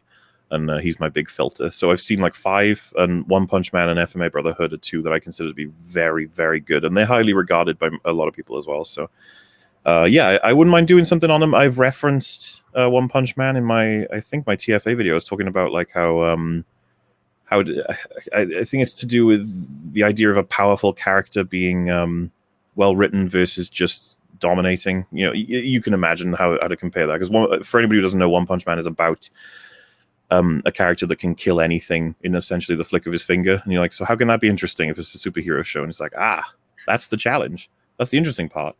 Never say never when it comes to writing sometimes. You're like, oh, you know, how could you possibly make that fun? It's like, that's the thing. How can Captain Marvel possibly be interesting? It's like, well, give her some flaws. It's very simple. Very simple. Yeah, no. Yeah, no, I'm interested in pretty much covering everything. It's just one at a time. Got to make sure I do it right. I'm very concerned about accuracy and entertainment right now, so it just takes me a while to get videos done. But I kind of look at them as like, once I'm done, I never have to look back. Game of Thrones season 8 episode 5, I'm done with it. Never gonna go near it ever again. I'll talk about it, obviously, but I don't need to make any more videos about it. it's dead. Word. Yeah. I like Battleship Yamamoto. I like Attack on Titan. I like Captain Harlock. I need to read My Hero Academia. I haven't done that yet, but I know that's manga. But getting into it, I love it. I think it's cool. But by the way, Quarter Black and Comics Division and Odin and Steven are awesome too. So Thank you. Thank you. Toby Carnes for $5. Do you think the recent leaks for episode 9 are real or just an over elaborate false flag operation by Disney to hide the actual plot from the TLJ critics? I actually believe that is the answer. I don't think they're actually doing market research. I'm sorry to contradict my friend, but the government has admitted, the CIA has admitted that they have infiltrated the UFO community, among others, with misinformation. Because sometimes the UFO community accidentally runs across like a real government program, like a jet or something like that, and they want to muddy the waters so that doesn't get out. And why wouldn't Disney do that? If a real plot leak gets out, you leak 9 things at once, and it. So yeah. I had a guy reach out to me a few weeks ago that was a quote unquote insider, and that's one of the things that he told me was that Disney was going to be releasing a lot of red herrings out there just to keep people off the real track of what they're doing. Did we lose Quarter Black? I think we lost Quarter Black. Yeah, it looks like he dropped out. Come back, Quarter Black. Oh, he'll come back. But sorry, Steven, go on. He was just telling me that was basically what they were going to be doing is a big misinformation campaign, leaking out little truths along with a whole bunch of nonsense. So I don't know how they're going to save it. If they bring Palpy back, I don't think that's going to be as big, or I think it's going to be a flashback, if anything, in my opinion. Yeah, because if they bring him back all the way, that undercuts everything Luke and Darth Vader did. Yeah. And Anakin. I'm getting flashbacks as well. I remember reading the Predator leaks. The plot got leaked, and I remember me and Wolf read it together, and we were like, "Nah, nah, this is too stupid. They're not doing this." Then trailer 1 and 2 came out, and we were like, "Oh no, this is matching the plot leaks entirely." And it seems like that's what's happening with, Game like, of for Thrones. example, people talking about how like C-3PO is going to get uploaded with a weird thing that turns him into like a battle droid, and then you have that moment where he's got red eyes. You're like, "Oh no." Yeah. Oh no. So yeah, my bet is that the leaks are accurate, and it's not based on anything solid. Just a feeling. I think they're probably accurate. Game of Thrones leaks were mostly accurate. Yep. Towards the end, they were, as a matter of fact, one guy was 100% spot on. So I remember reading them. Missandei gets executed by Cersei. I remember reading that and being like, "How in the world is Cersei going to capture Missandei? How is that possibly? She hangs out with Daenerys constantly." And you watch the episode, and you're like, "How in the world did she capture Missandei? That didn't make any sense." So the plot leaks may sound stupid, but you never know. No, when I read the end, actually, Jeremy read it, and I read it at the same time and then Jeremy did a video, and he's like, if this is true, this is the dumbest thing ever. And it turned out to be true. And it was Jon, killing Daenerys. And it's the way they described it. It's like Jon and Daenerys were friends like 5 minutes previous in screen time. And then he thinks about it it's I'm sorry, prequel fans. It's like Anakin, cuddling with Padme and then killing younglings like 15 minutes later. 2 seconds later. I don't feel like there was enough time. Talking Pulp for $10. Star Trek 1 was actually the first on-screen appearance of Galactus, years before Fantastic Four: Rise of the Silverfish Burn. That's a good point. Adam Child for $5. Hi, Gary. Watching Doomcock now, but I just wanted to show some love. I think it's time to remake Bob Ross. It could be Bobby Ross or Le Bob Ross. They could, Adam Child. They could. Thank you for the love. All hail Doomcock. Lady Mist, $5. Yeah. Mahler's Captain Marvel, an unabridged man, should be played instead of the movie. It was so much more entertaining. Totally agree. I can't remember. Is it longer than the movie? Is my video, or is it less longer? I can't remember. But either way, the movie was 2 hours and 5 minutes, I believe. So. Oh, then my video is longer. Oh no, wait. My Captain Marvel video was 1 hour and 50 something, I think. So yeah, there you go. I'll save you a little bit of time. Taco Sunrise for $5. We're getting close to the end here, folks, by the way. So we're wrapping it up. Hello, long man. Glad to see you on one of these massives. Gary, I'm reading book 4 of The Expanse. It's great so far. Yeah, the first 5 books are fucking brilliant. Brilliant. Yeah, thanks. Hi. And he says, thank you. Yeah. Grand Moff Thanos for $4.99. Take my money, Stephen Walton. And he said it twice for $4.99 twice. So I can you know what? I can take that and I can put that towards the book. How's that sound? All right, thank you. Thank you very much, man. Hail, appreciate your support. Darkstar 76, $5. Hail, Gary. Hail, guess what are all your thoughts on the Bill Burr Rotten Tomatoes critics ratings being almost the opposite of Dave's? Oh, I didn't notice that. Oh, yeah, I haven't even checked. That was a great comedy special. It really was. Did Bill Burr go after transgender people in the special? I'm trying to remember. I don't think he did. Oh. Yeah, I think it was a cancel culture and Me Too. Yeah. Oh, he went hard after feminists, though. Oh, my God. Yeah, like right off the bat, too, right? Yeah. You can go after feminists, though, because feminists don't control the entertainment industry, and the Alphabet crew does. Yeah. Joker Coffer for $15. Good work. Keep it up. Thank you, Joker Coffer. I will do my very best, and these guys always do good work, so they'll just wake up in the morning and be awesome like they are. Imma Potato. I'm a potato. I'm for $9.11. To Stuckman, I can spend 3 hours frosting a turd, but it doesn't make me a chef worthy of a 5-star Yelp rating. That was good. Thank you. I mean, listen, all respect to Stuckman. He doesn't know who I am. I'm sure he knows who Mueller is. And, well, I'm sure he hears the Mueller's. It's funny you say that. Like, I'm like this blight on the film criticism community. You're like, oh, Mueller, yeah, the guy who doesn't let people have opinions. And I'm like, no, you can talk to me if you want. Like, no, I'm not talking to you. You think that there's objectivity in art. I'm like, okay, but do you want to ask me what I think that means? They're like, no. How many subscribers does Stuckman have? Is he like one of those million guys? I'm pretty sure he's up to like 1 million or whatever. I don't know. I think so. He's got Mueller footsteps behind him. That's the deal. Mm-hmm. That's the I deal. gotta make my High School Musical praise if that ever happens. Oh, dude, Jeremy will be hounding me for that. We need to start a meme for you, like a PewDiePie meme. Subscribe to Mueller. Get that going. Yeah. Back there. I would too. Adam Child for $2. We'll miss the Inquisition. Oh, Adam. Okay, we'll cancel it because you're not going there. We'll wait till you get back. Just kidding. Take $2. I would have sent. Thanks, Adam. You will be missed, though, my friend. I appreciate it. Here's Tom from Midnight's Edge After Dark. That sure a hell wasn't me. I hate Solo. I know you don't. It wasn't you, buddy. We know who it was. By the way, Tom, we got to get you on. Maybe like next Friday we get you on. Chris Stanley for $10, re-channeling my got rage. Thanks. Oh, yes. And it's there. It's there. I actually recorded a video. I think I'm going to release it tomorrow, and I re-channeled it too. I don't know if anybody gives a shit anymore, but I was told by a couple people, it's like you've wasted your opportunity. You've taken too long with the video to make it. And I was like, it's fine. It's just dormant. Don't worry. It'll come back out. For that 2.5 hours. Thinking about it. Yeah, for that 2.5 hours you watch my video, you could just treat it as a moment where you can just let it out and then go back. It's just like, it's just coming out.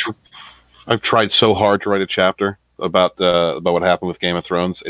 But it's so difficult because it's just so all-encompassing that just the total disaster that it became. Yeah. And but I do have a framework for it. I borrowed a quote of yours, like a paragraph of yours from one of your videos, Mueller, because they were just so good. Yeah, thanks, man. You really did. I mean, the only way to sum it up, and it's harsh. It's really the harshest criticism because we can't blame agenda on it. We can't. Yeah. There was certainly, it was in there, and it did derail some characters. But what derailed the whole show is those guys were just fucking done, and they wanted to leave. Yeah, like one thing I would give you, like they clearly wanted Sansa to be queen of the North because of her intelligence, and it made no sense. Like none of it was earned. No it was sense just like, at all. Like the idea that she tried to turn Varys. There's just so much about that makes no sense at all. Do you remember the last time I think she even saw Varys was season 1, like properly? Because there's no other real scene where other than like Varys standing in the distance. Like, it blows my mind. The idea that, can you imagine we had that scene where they go, "Oh, Varys has been incinerated by Daenerys," and Sansa's just like, "Damn." I needed him. I kind of take the agenda thing back. As a matter of fact, I fully take it back because all the men did act fucking stupid. In the last season, every single one. All fucking John was stupid as fuck, and Tyrion stupid. Tyrion was stupid as fuck. Varys was stupid as fuck. Jamie, the way Littlefinger went out and said I can't stop talking about that one. That's the one. Littlefinger was the best bad guy in the show. He was basically Satan. So, and I've made this analogy before, but Varys and Littlefinger were God and Satan moving all the pieces around, and God was a eunuch, and I love the imagery of that, and having their conversations and wanting to kill each other, but they not yet because they liked competing against each other so much, and they let that go, which is like that's the best part of the show, the climbing the ladder.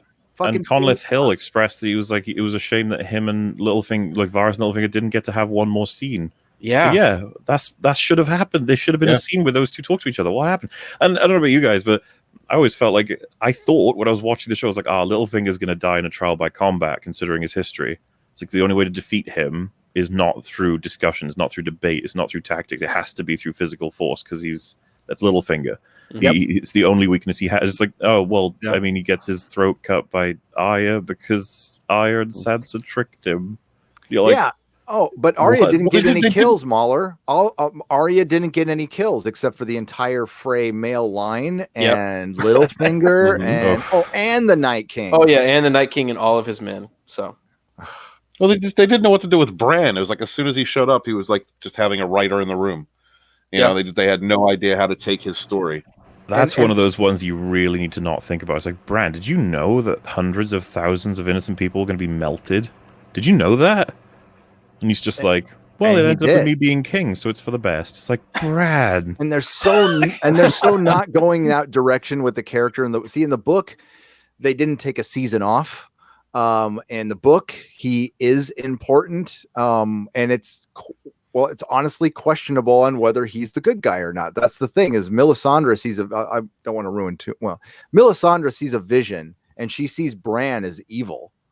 She sees Bran, she sees the darkness as evil. Remember, the Lord of Light is supposed to be the good guy, although you have to burn children to make him happy. But for the most part, he does everything else pretty good after you burn the children. And of course, you have slaves in his service. But the other good guy is surrounded by a bunch of dead people in trees and possibly maybe in cahoots with the others, maybe not, we don't know. And yeah, it's that's the cool thing about it. It's Lord of the Rings with shades of gray. And the book really started out promising, and now, especially after, I love that The Verge brought up that it's George R. Martin's worst book. The writing in that book sucks. It's a bad book. It was very hard to get through. And A World of Ice and Fire, his other companion book, was amazing. I burned right through it. It was great. So I don't know if he's even got it anymore, folks. Even if he finishes Wins a Winner, there's a good chance it might suck. Man. Sorry. Which is really kind of a pickle. That really sucks. That really hurts. It does. And I got so deep into all the lore. I was watching Jacob Preston's videos, getting super deep into the lore. Yep. I read all the books, and just it hurts. Anybody watch Alt Shift X's channel here? Yep. Yeah. Oh, that's a journey. Watching him lay everything out, and then progressively through season 8, you can just hear it in his voice. He's like, "Well, that didn't go anywhere. That didn't go anywhere." I feel so bad for that guy because he that's a good channel. I mean, he's going in the expanse, so good for him. I wish him all the luck. And I subscribe. Like the idea that you critics, you couldn't make something. I'm just like, I don't even care. Just hire that guy on the team. Just have him on the team. Yeah. Just make him your lore guy. Dude, just a consultant.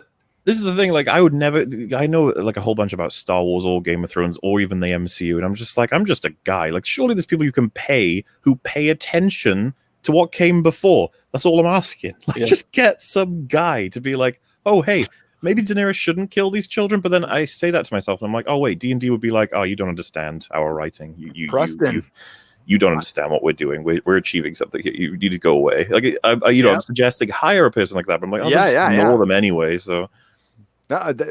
When you okay, it was also based on the book series. That's where Preston came from and the other guys. But Alt Shift X came from that show. This is for your streaming services. Hopefully, somebody's listening to from a show dropping weekly. Alt Shift X was created, got millions of views. Then there's Preston. Then there's like Johnny Come Latelys, like me. And I've covered the show, but nobody cared until season 8, and it really helps your show. And that's the passion of fandom. And like Mueller just said, that can't be ignored. Hire these fucking people. Absolutely. Yeah. And to reflect back on that Chris Stuckman comment as well, I watched Alt Shift X's channel like a TV show too. I was like, oh, this is the next episode in his coverage of a TV show I'm watching. And then you could treat that with other content creators as well, because they do so well. They're not just giving you information, because that's not the only thing you need to do. You have to present it in a way. If you just have literally like a black screen and a robotic voice saying something like, Daenerys shouldn't kill children. Point 2. Jamie should be intelligent. You'll just be like, yeah, okay, this is fun. you need, there's pacing elements, presentation, humor, the delivery of information. It can't just be all of it at once. You want to explore it, like, smooth it out. And Alt Shift X's way of doing it was always very you felt like you're getting a full meal with a video like that. You were like, oh, he's going to delve into all kinds of sources. And what I'm getting at, I guess, is that he was making his own TV show as a result of his praising of another TV show in a critical manner. He was, because being critical doesn't necessarily mean you constantly criticize in like a negative way. You can point out how well something's constructed, which is a lot of what he was doing. Yes. And it generates more fans. It's symbiotic. And I just, and just he go back to the whole. made a bunch of Game of Thrones fans, without a doubt. Like, Yeah. a huge number. And like, to correct, like, Chris Stuckman made it sound like we're parasites. I would rather just be like looked at as symbiotic, that we exist to bolster / criticize each other as well. That's another thing. Critics criticize critics. Does that mean that critics can't exist without critics? Yeah. Like, it just starts to get confusing, but It does, but it's a good question. It's critics all the way down. like, I guess I couldn't have existed if not for Chris Stuckman making a dumb tweet that I could make a tweet about, so that's Yeah. I had to learn to be a critic to sell books. So I had to learn, because before I was super easy to please, and I read just about anything, kind of like it because I just like comic books, but I had to learn to be discerning and learn other people's taste and be open to other people's taste so I could sell a book and be honest about it. That's where I honed my quote unquote skill. I don't know if you call it a skill, but that's what I did. I just passed on what I liked, and but I was also open to read other things and get into other things I normally wouldn't, which I was very happy to do. But yeah, when Mahler praises something, he's going to make a lot of fans of that thing. He's going to make a lot of Buffy fans when we talk about this. Mahler, it's coming. I want to make that video one day. Y'all got me ready to bust out my box set. Got to nail it. Yep. Some new Buffy fans will be born from Mahler. So, and again, to piggyback what you were saying as well, you could have like 3 people who conclude season 5, episode 8 is really bad.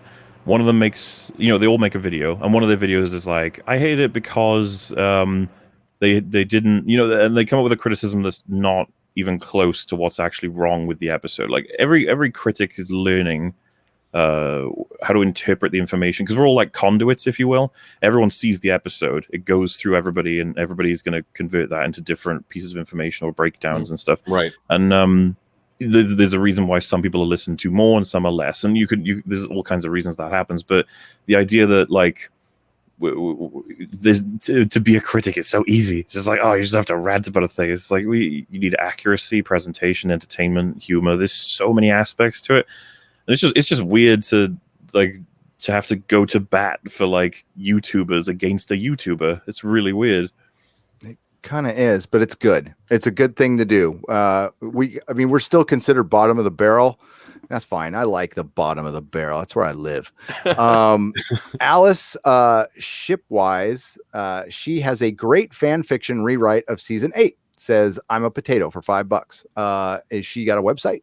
All right, I'll check it out. Yeah, I'll check that out. Rechanneling my Game of Thrones rage. I read that already. Chris Stanley, thank you for $10 again. Chris Chambers, Canadian $5. Arya killing the Night King was Luke drinking the green alien cow milk of Game of Thrones. Yes. Yes. Yeah. I agree. I just want to add the shot where Jon is like behind a rock while the dragon's attacking. Yeah, that's high up there. That's him wiping his mouth. Yeah, that's the milk shot for me. It's like, oh yeah, Jon, yeah, you're right. Do you remember all the excuses people had? They were like, Jon isn't shouting at the dragon; he's signaling Arya to go and get the Night King. And it's like there's just nothing supporting that in the following episode. Nobody talks about any of that. No, he was screaming impotently. Yeah, he was just like, I don't like you, Mr. Dragon, even though if he poked the dragon with his Valyrian sword, the dragon falls apart. It's just like he's just standing there for some reason. Because it's undead, yeah, and that was the whole point of him getting that sword. And what did he come back to life for? To shank Daenerys? Okay, that's terrible. Yeah. I can't believe we had the 2 swords that made ice in Winterfell, and no one acknowledged that. True. No, and it meant nothing really other than them being together. And it was supposed to fall into there's always got to be a Stark in Winterfell and blah, blah, blah. But so many forgotten things. Andrew Clark for $2. Mahler, are you a diegetic narrative critic? I would have to ask them what they mean by that exactly. What's a diegetic? I'm assuming that refers, like, I know that in relation to, for example, like a soundtrack can be diegetic or not, meaning that it comes from inside the film or it's placed on top, like a jukebox playing versus a soundtrack in the background. I'm not sure what that would mean in terms of critic commentary. It's a style of fiction storytelling that presents an interior view of a world in which details about the world itself and the experience of its characters are revealed explicitly through narrative. The story is told or recounted as opposed to shown or enacted. That is from That is from Wikipedia. And what was the initial question again? Are you a diegetic narrative critic? If I'm understanding the question right, does it mean like, do I only consider like the content within rather than commentary on without? It means you're a jukebox. I mean, I wouldn't have a problem with that. My work, I'd say, is typically like I try and remain within the content as much as possible. But I'll usually seep out every once in a while. Like if I see a quote from Rian Johnson saying, "No, I've not seen any valid criticism of my movie yet," I'll be like, "How am I not throwing that in my video? Like I have to." Right? Yeah. No, that's very good. I come in with resentments. I have resentments towards Spider-Man. Yeah, so it's not really clear all the time, but I try to tell people that it's like, it's just my opinion. That's all. I'm not saying it's super informed. It's what I think it is, but I did a lot of drugs in the 80s. Keep that in mind. The Force Awakens should have subverted expectations by showing Rey as maybe Force sensitive, but Yoda Obi Bing Finn is whom the Force awoke in. Okay. I'm a potatoes for 7-Eleven. I'll say this. I was Finn was the one before I saw The Force Awakens. That was the one character I was the most interested in. When I saw the first trailer, I'm like, I want to know about that. Defecting Stormtrooper? Yep. Hell yeah. Yeah. Even Sam Jackson thought he was going to be a Jedi. You know, and I thought that was the story arc they were going to run with. I thought he had a great, I mean, maybe not great, but he had a good story arc in TFA. Sacrificing himself, you know, picking up the saber and getting cut up, and really most of the Last Jedi should have been him recovering, not just waking up in a balloon bag. Yeah, you know. Yep. Yeah, they had a lot of potential with that character. That like the teaser was all Finn. It was Finn waking up in the desert after the crash, and kind of you thought, oh, this is the new character, but they kind of put him off to the side for Rey, of course. But again, it's potential. That movie had potential, and then he went into the second one, and they destroyed all the potential it had. In all fairness to Boyega, the two things they did that wasn't his fault was they made his character a clown, which they shouldn't have, and they should have let him use his native accent. It's so much better. Yes. I don't understand why they did that. Nicholas Horton for £5. Star Blazers remake is getting a third season in movie format again to be released late 2020. Awesome. I love that. Christy is giving $1 when she shouldn't, because she's an amazing wrench and she does amazing work. Yeah. And Christy always has the Fandom Menace's back. Always. So all hail Christy. All hail. And all of our wrenches, Mark Lazerth, DJ D Show, Chris Persia. I don't see who's in there. I apologize, but I will give you proper props. Brown, we're getting close to the end. Brown Bats toy box for $5. New leak. Hamill kills everybody in the hall with his lightsaber, turns and says, "I'm going home to sleep with my wife." Shake, rattle, and roll. The end. Yes. That would be great. Please, can we have that? Mara Jade's gonna go get some. Well, yeah, that should be the end of the movie. That should just be just like Clue. It'll end with a bunch of different versions of the end. That's awesome. What we should see. I want Tim Curry in it though, for sure. Yes. Just donated to Steven's project and Itchy's book. Keep up the great work. Darkstar76 for $5. Thank you. Thank you. Thank you very much for supporting us, man. Support Fandom Menace authors. We appreciate it. Please do. Very soon at the end of all my videos, there will be an ad for both of those books on all of my videos.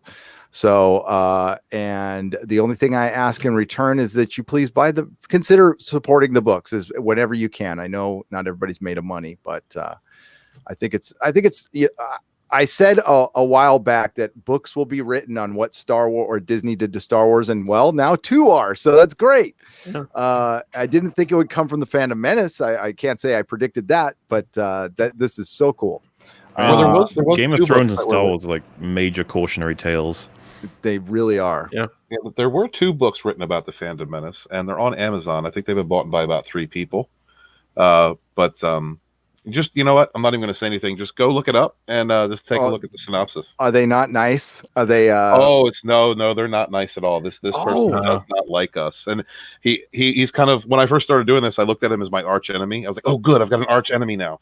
It's like somebody who somebody who's writing books about the Phantom Menace hating on us, and then I looked at the description of the book, and it's like, nah, this guy can't be my enemy. He's not all there. He's a little crazy. Oh yeah, he needs a little work. He's like your Joker. Party Amzivi. Party Amzivi for $4.99. Fun little tidbit. Zoe Quinn's ancestors had a Dutch castle von Valkenburg that the Roman Catholics tried burning down. Makes you think, doesn't it? It actually does. Yeah. Maybe. Yeah. Zoe Quinn body count. Jason Smoot, $10. Good stuff, guys. Thank you. And thank you, Jason Smoot. That is the final super chat. Now I want to exit by playing a little Freddie Prinze Jr. audio. I want to make sure this is synced up right. It's just a couple minutes. Let me make sure it's synced up there. Okay, here it is. Here it is right here. Now I think you're going to be able to hear the audio on this. So let's see if I can do this without being a boomer. I don't want to be a boomer. There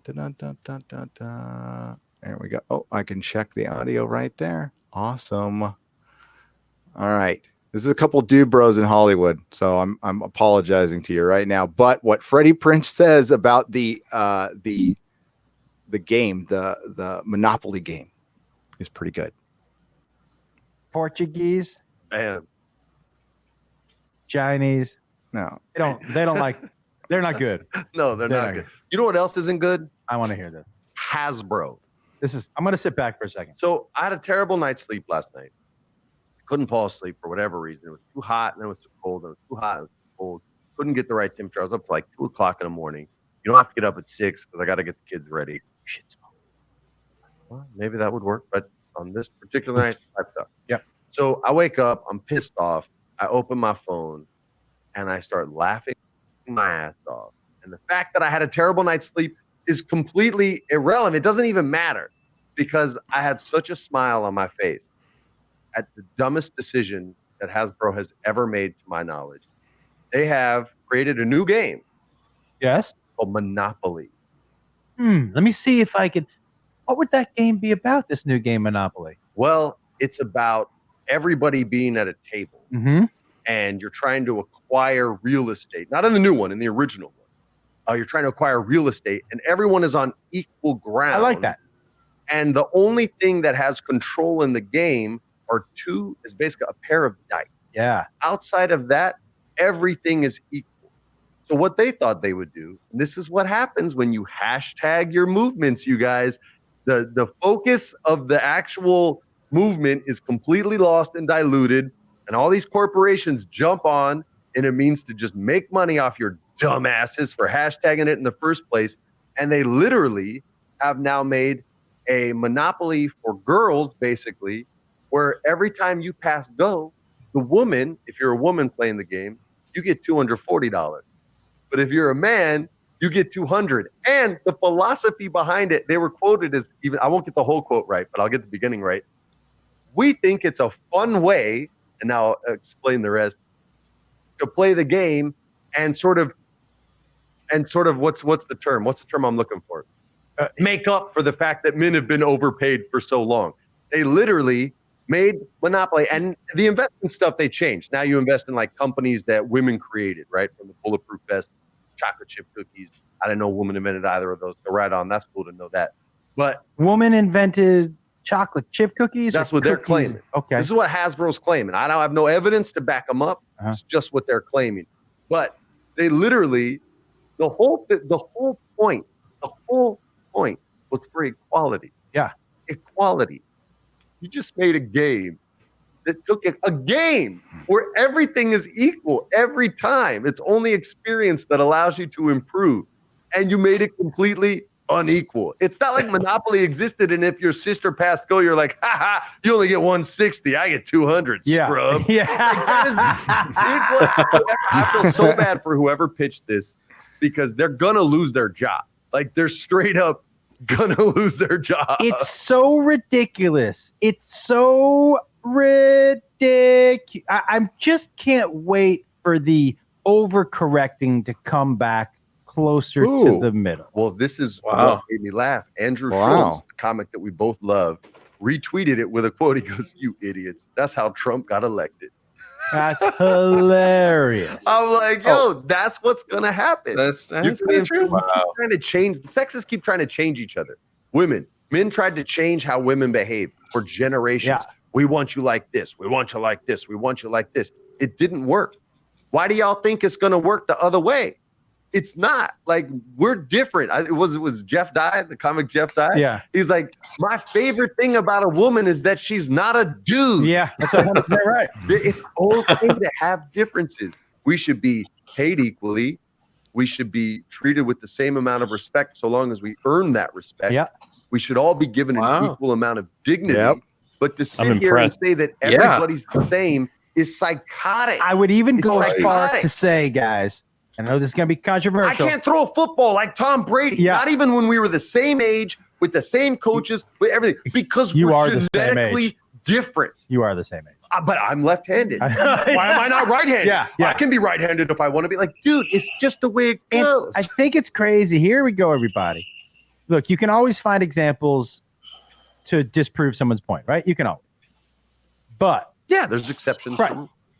but guys, there are some things that women do better than men, and there are some things that men do better than women. And that's so, okay. oh, totally okay. It's okay. To say that one person or sex or race or whatever is better than other people, it isn't degrading the other people. It's just like I always say to people, hey, just because you weren't included doesn't mean you're excluded. You pussy. This is why comedy's so important today. I'm going to quote another comic, Mark Norman. Okay, he's a young comic. We're going to end here. He's super funny. Going to wait till this There's joke. a lot of stuff that makes people uncomfortable. He was talking about black people. He's like, I thought it was a compliment to say you were fast. I didn't know. I'm not saying you can't be a scientist. I'm just saying if you were a scientist and we raced to the beakers, you'd get there first. Yeah. Wow. Yeah. That's So very that surprising. very surprising coming from a Hollywood type, especially one who's criticized the Fandom Menace, and I don't want y'all to forget that. But I thought that was somebody passed that my way this morning. Somebody who was close to them, and yeah, because I think it's got like a few hundred views. But I think with Dave Chappelle, it's got 400 views. So with Dave Chappelle, Walter Mosley, and then Bill Burr, which I doubt maybe they know each other. Maybe they talk like let's fucking end this shit. I don't know what it is. I don't know what's going on. But now I think people in Hollywood are feeling safe to step out because a lot of them probably do agree with this. Now we need more. What the fuck took you fucking so long? And it's too late for some other shit. But there it is. There. Guess who's here, man? We got somebody here.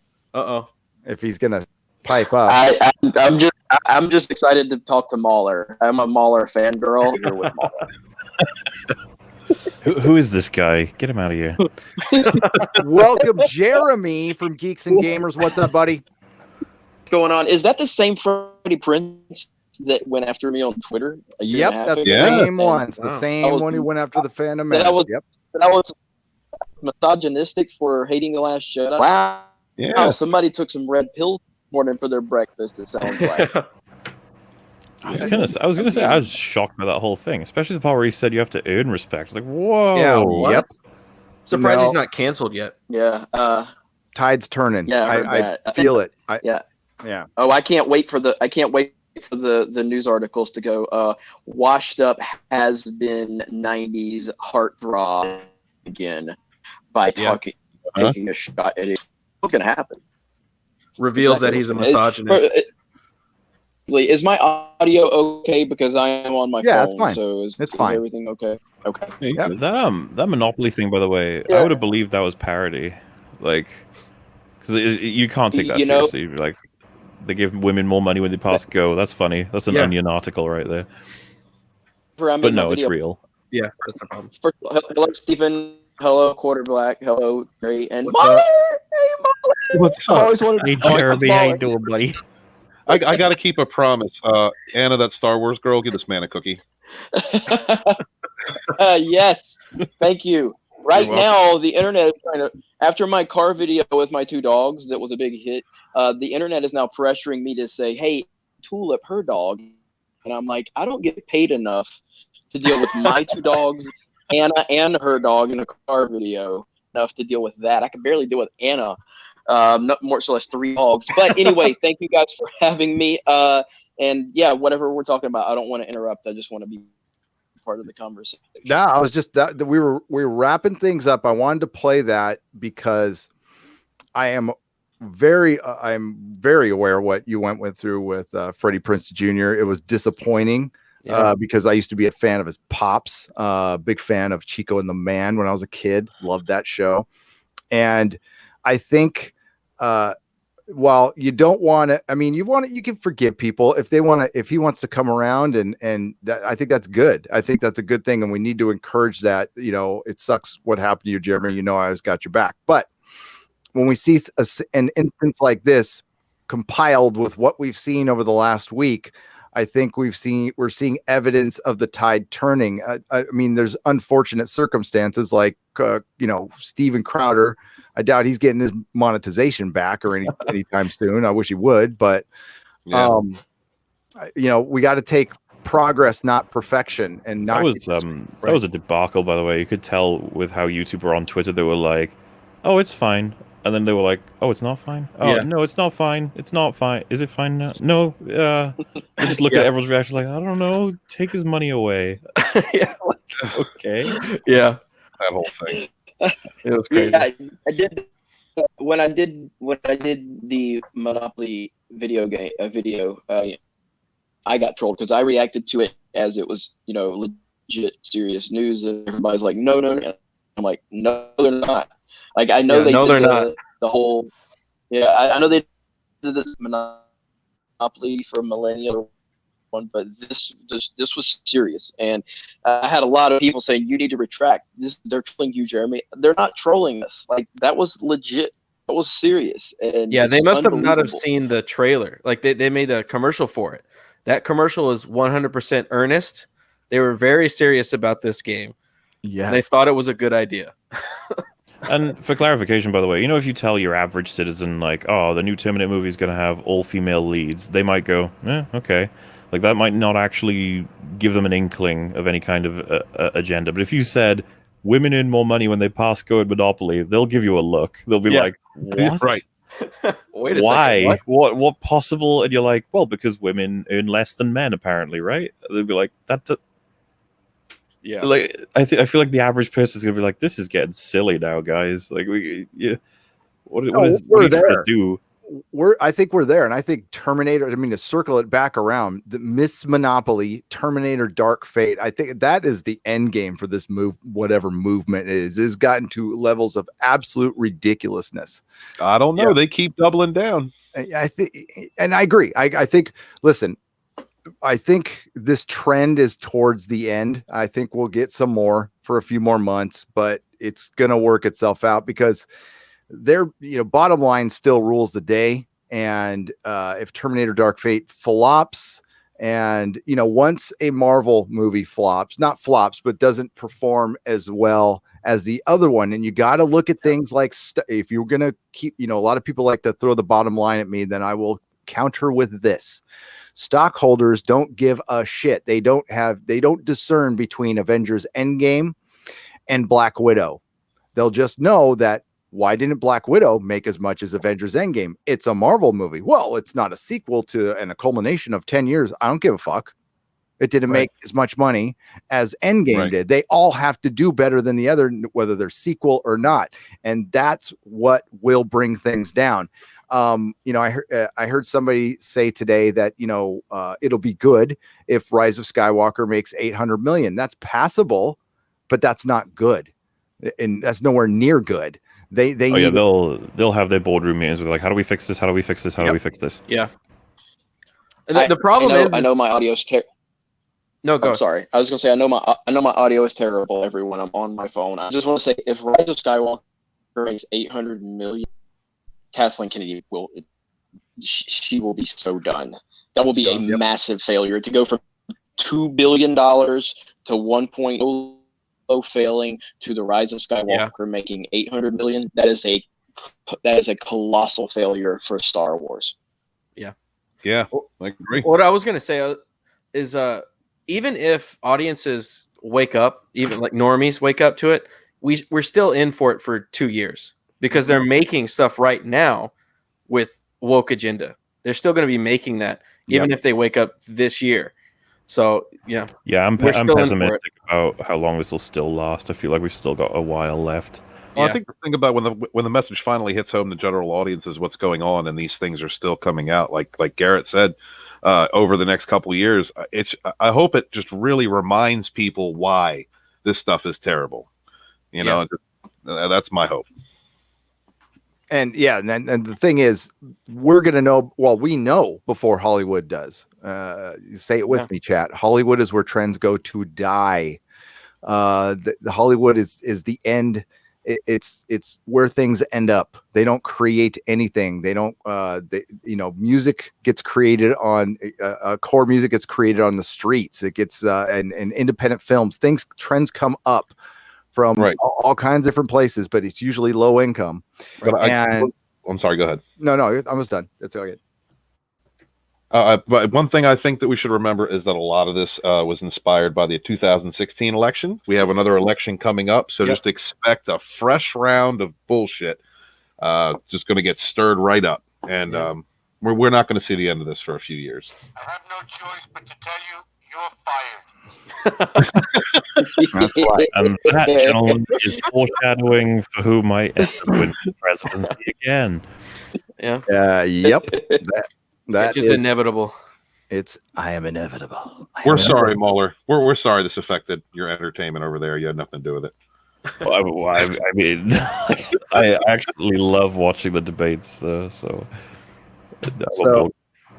we got 3 more super chats. We're gonna wrap this baby up. In8 Wisdom Bear, $5.01. I'm starting to think that those who continue to defend The Last Jedi are the same people who would bring their 93 Kia to a classic car show. Ooh. I like that. Thomas Gillicky for Kia anymore, so it could be. I don't have the Kia anymore. So we're good. Thomas Gillicky for $5. Sending some love to this incredible panel. Guys, thank you again for coming on, and Comics and Odin, the ones who aren't here, even Mike S. Miller. Thanks for coming on. It was a lot of fun. Brett Baratheon, the final super chat for tonight, $1.99. Gary, you're the best channel on YouTube. Thank you. Wow. I'm a decent channel amongst great channels. How's that sound? All you guys do Gary great is work. Awesome.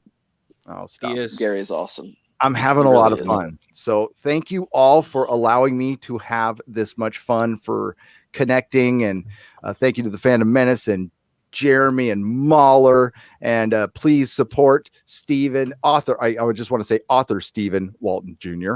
And of course we want to thank Quarter Black Garrett from the Steven Crowder Show. And he's got his own channel, by the way. All these channels are linked in the description. Please subscribe if you have not. I subscribe to all of these people. I watch their content. And by the way, just a little secret, I don't let anybody on who I haven't seen their content. So if you come on, I'm subscribed to your channel and I watch your content. And if you think you got a good channel, email it to me. I'll check it out. I have no problem checking it out. And if you guys need any help on anything, just ask. Simply ask. Thanks, Gary. Yeah, no problem. I'm a little tougher to get a hold of than Jeremy, but I will eventually come around. Just stay on me. So I also want to really loving and encouraging community. Seriously. I also wanted to say congratulations to Thomas Gilkey. He went out and got himself a new job, and just want to congratulate him on that. Oh, right on. Congratulations. Employment is good. Yes. And the bills is good. So we'll go around the horn. We'll start with Steven. Plug your channel, my friend. Well, my channel is author Stephen Walton. I am not as consistent as these fine gentlemen here, although I will be putting up more content. I am thinking about doing a round of interviews with different YouTube personalities, asking some tough, maybe personal questions without trying to dox anybody, of course, if they don't want to talk about certain things. Please, if you can, give to the the GoFundMe. If you can't, don't worry about it. We pretty much hit what we needed to get the production off the ground, and anything that we get at this point is just to help with the production value. Much appreciated. But if you do want to help somebody, Ichibaka is doing a book. Disney Star Wars is Dumb. He's been a member of the community for 2 years. He's been an archivist. He's meant a lot to this community. So please go check out his Indiegogo campaign and support Fandom Menace authors. Thank you. All right, brilliant. And I linked the Indiegogo in the chat, and you can see it right there. Mauler, my friend, plug your channel. I do extremely long reviews, I suppose you call them, critical analysis, looking in depth into different movies, TV shows, and games is what I'm currently up to. I kind of want to spend the rest of my years on YouTube trying to get more and more done. Game of Thrones is the latest target. Before that, it was Star Wars, and I'm sure Star Wars is ramping up for I mean, how far are we now? Just literally 3 months? Under 100 days. Yeah, we're getting there, and I can't wait to machine gun that as well, because I mean, I love talking about Star Wars, no matter how much Disney's going to try and ruin it. But yeah, the channel I run is essentially just long form criticism. And I try and involve a lot of pieces of media at once. I'm trying to be constructive as well as entertaining or informative. Like, I run 2 main series. The Rages tend to be more entertaining on the side of passionate, while the critiques are more trying to explore something and how we could have tweaked it and where it went wrong, with mainly referencing the content in itself. And it ends up creating videos that are very, very long, and I take a long time to make them. I'd like to think that I'm consistent in uploading. It just takes a couple months between each one. And yeah, consider subscribing if you're interested in that sort of thing. I also run a podcast on my second channel where we just shoot the shit. And Gary, Jeremy, and several others of the Fandom Menace not only have been on, but are welcome to come on in future as well. We just talking about media, because that's the main motivation I have. I love talking about stories. Stories are great.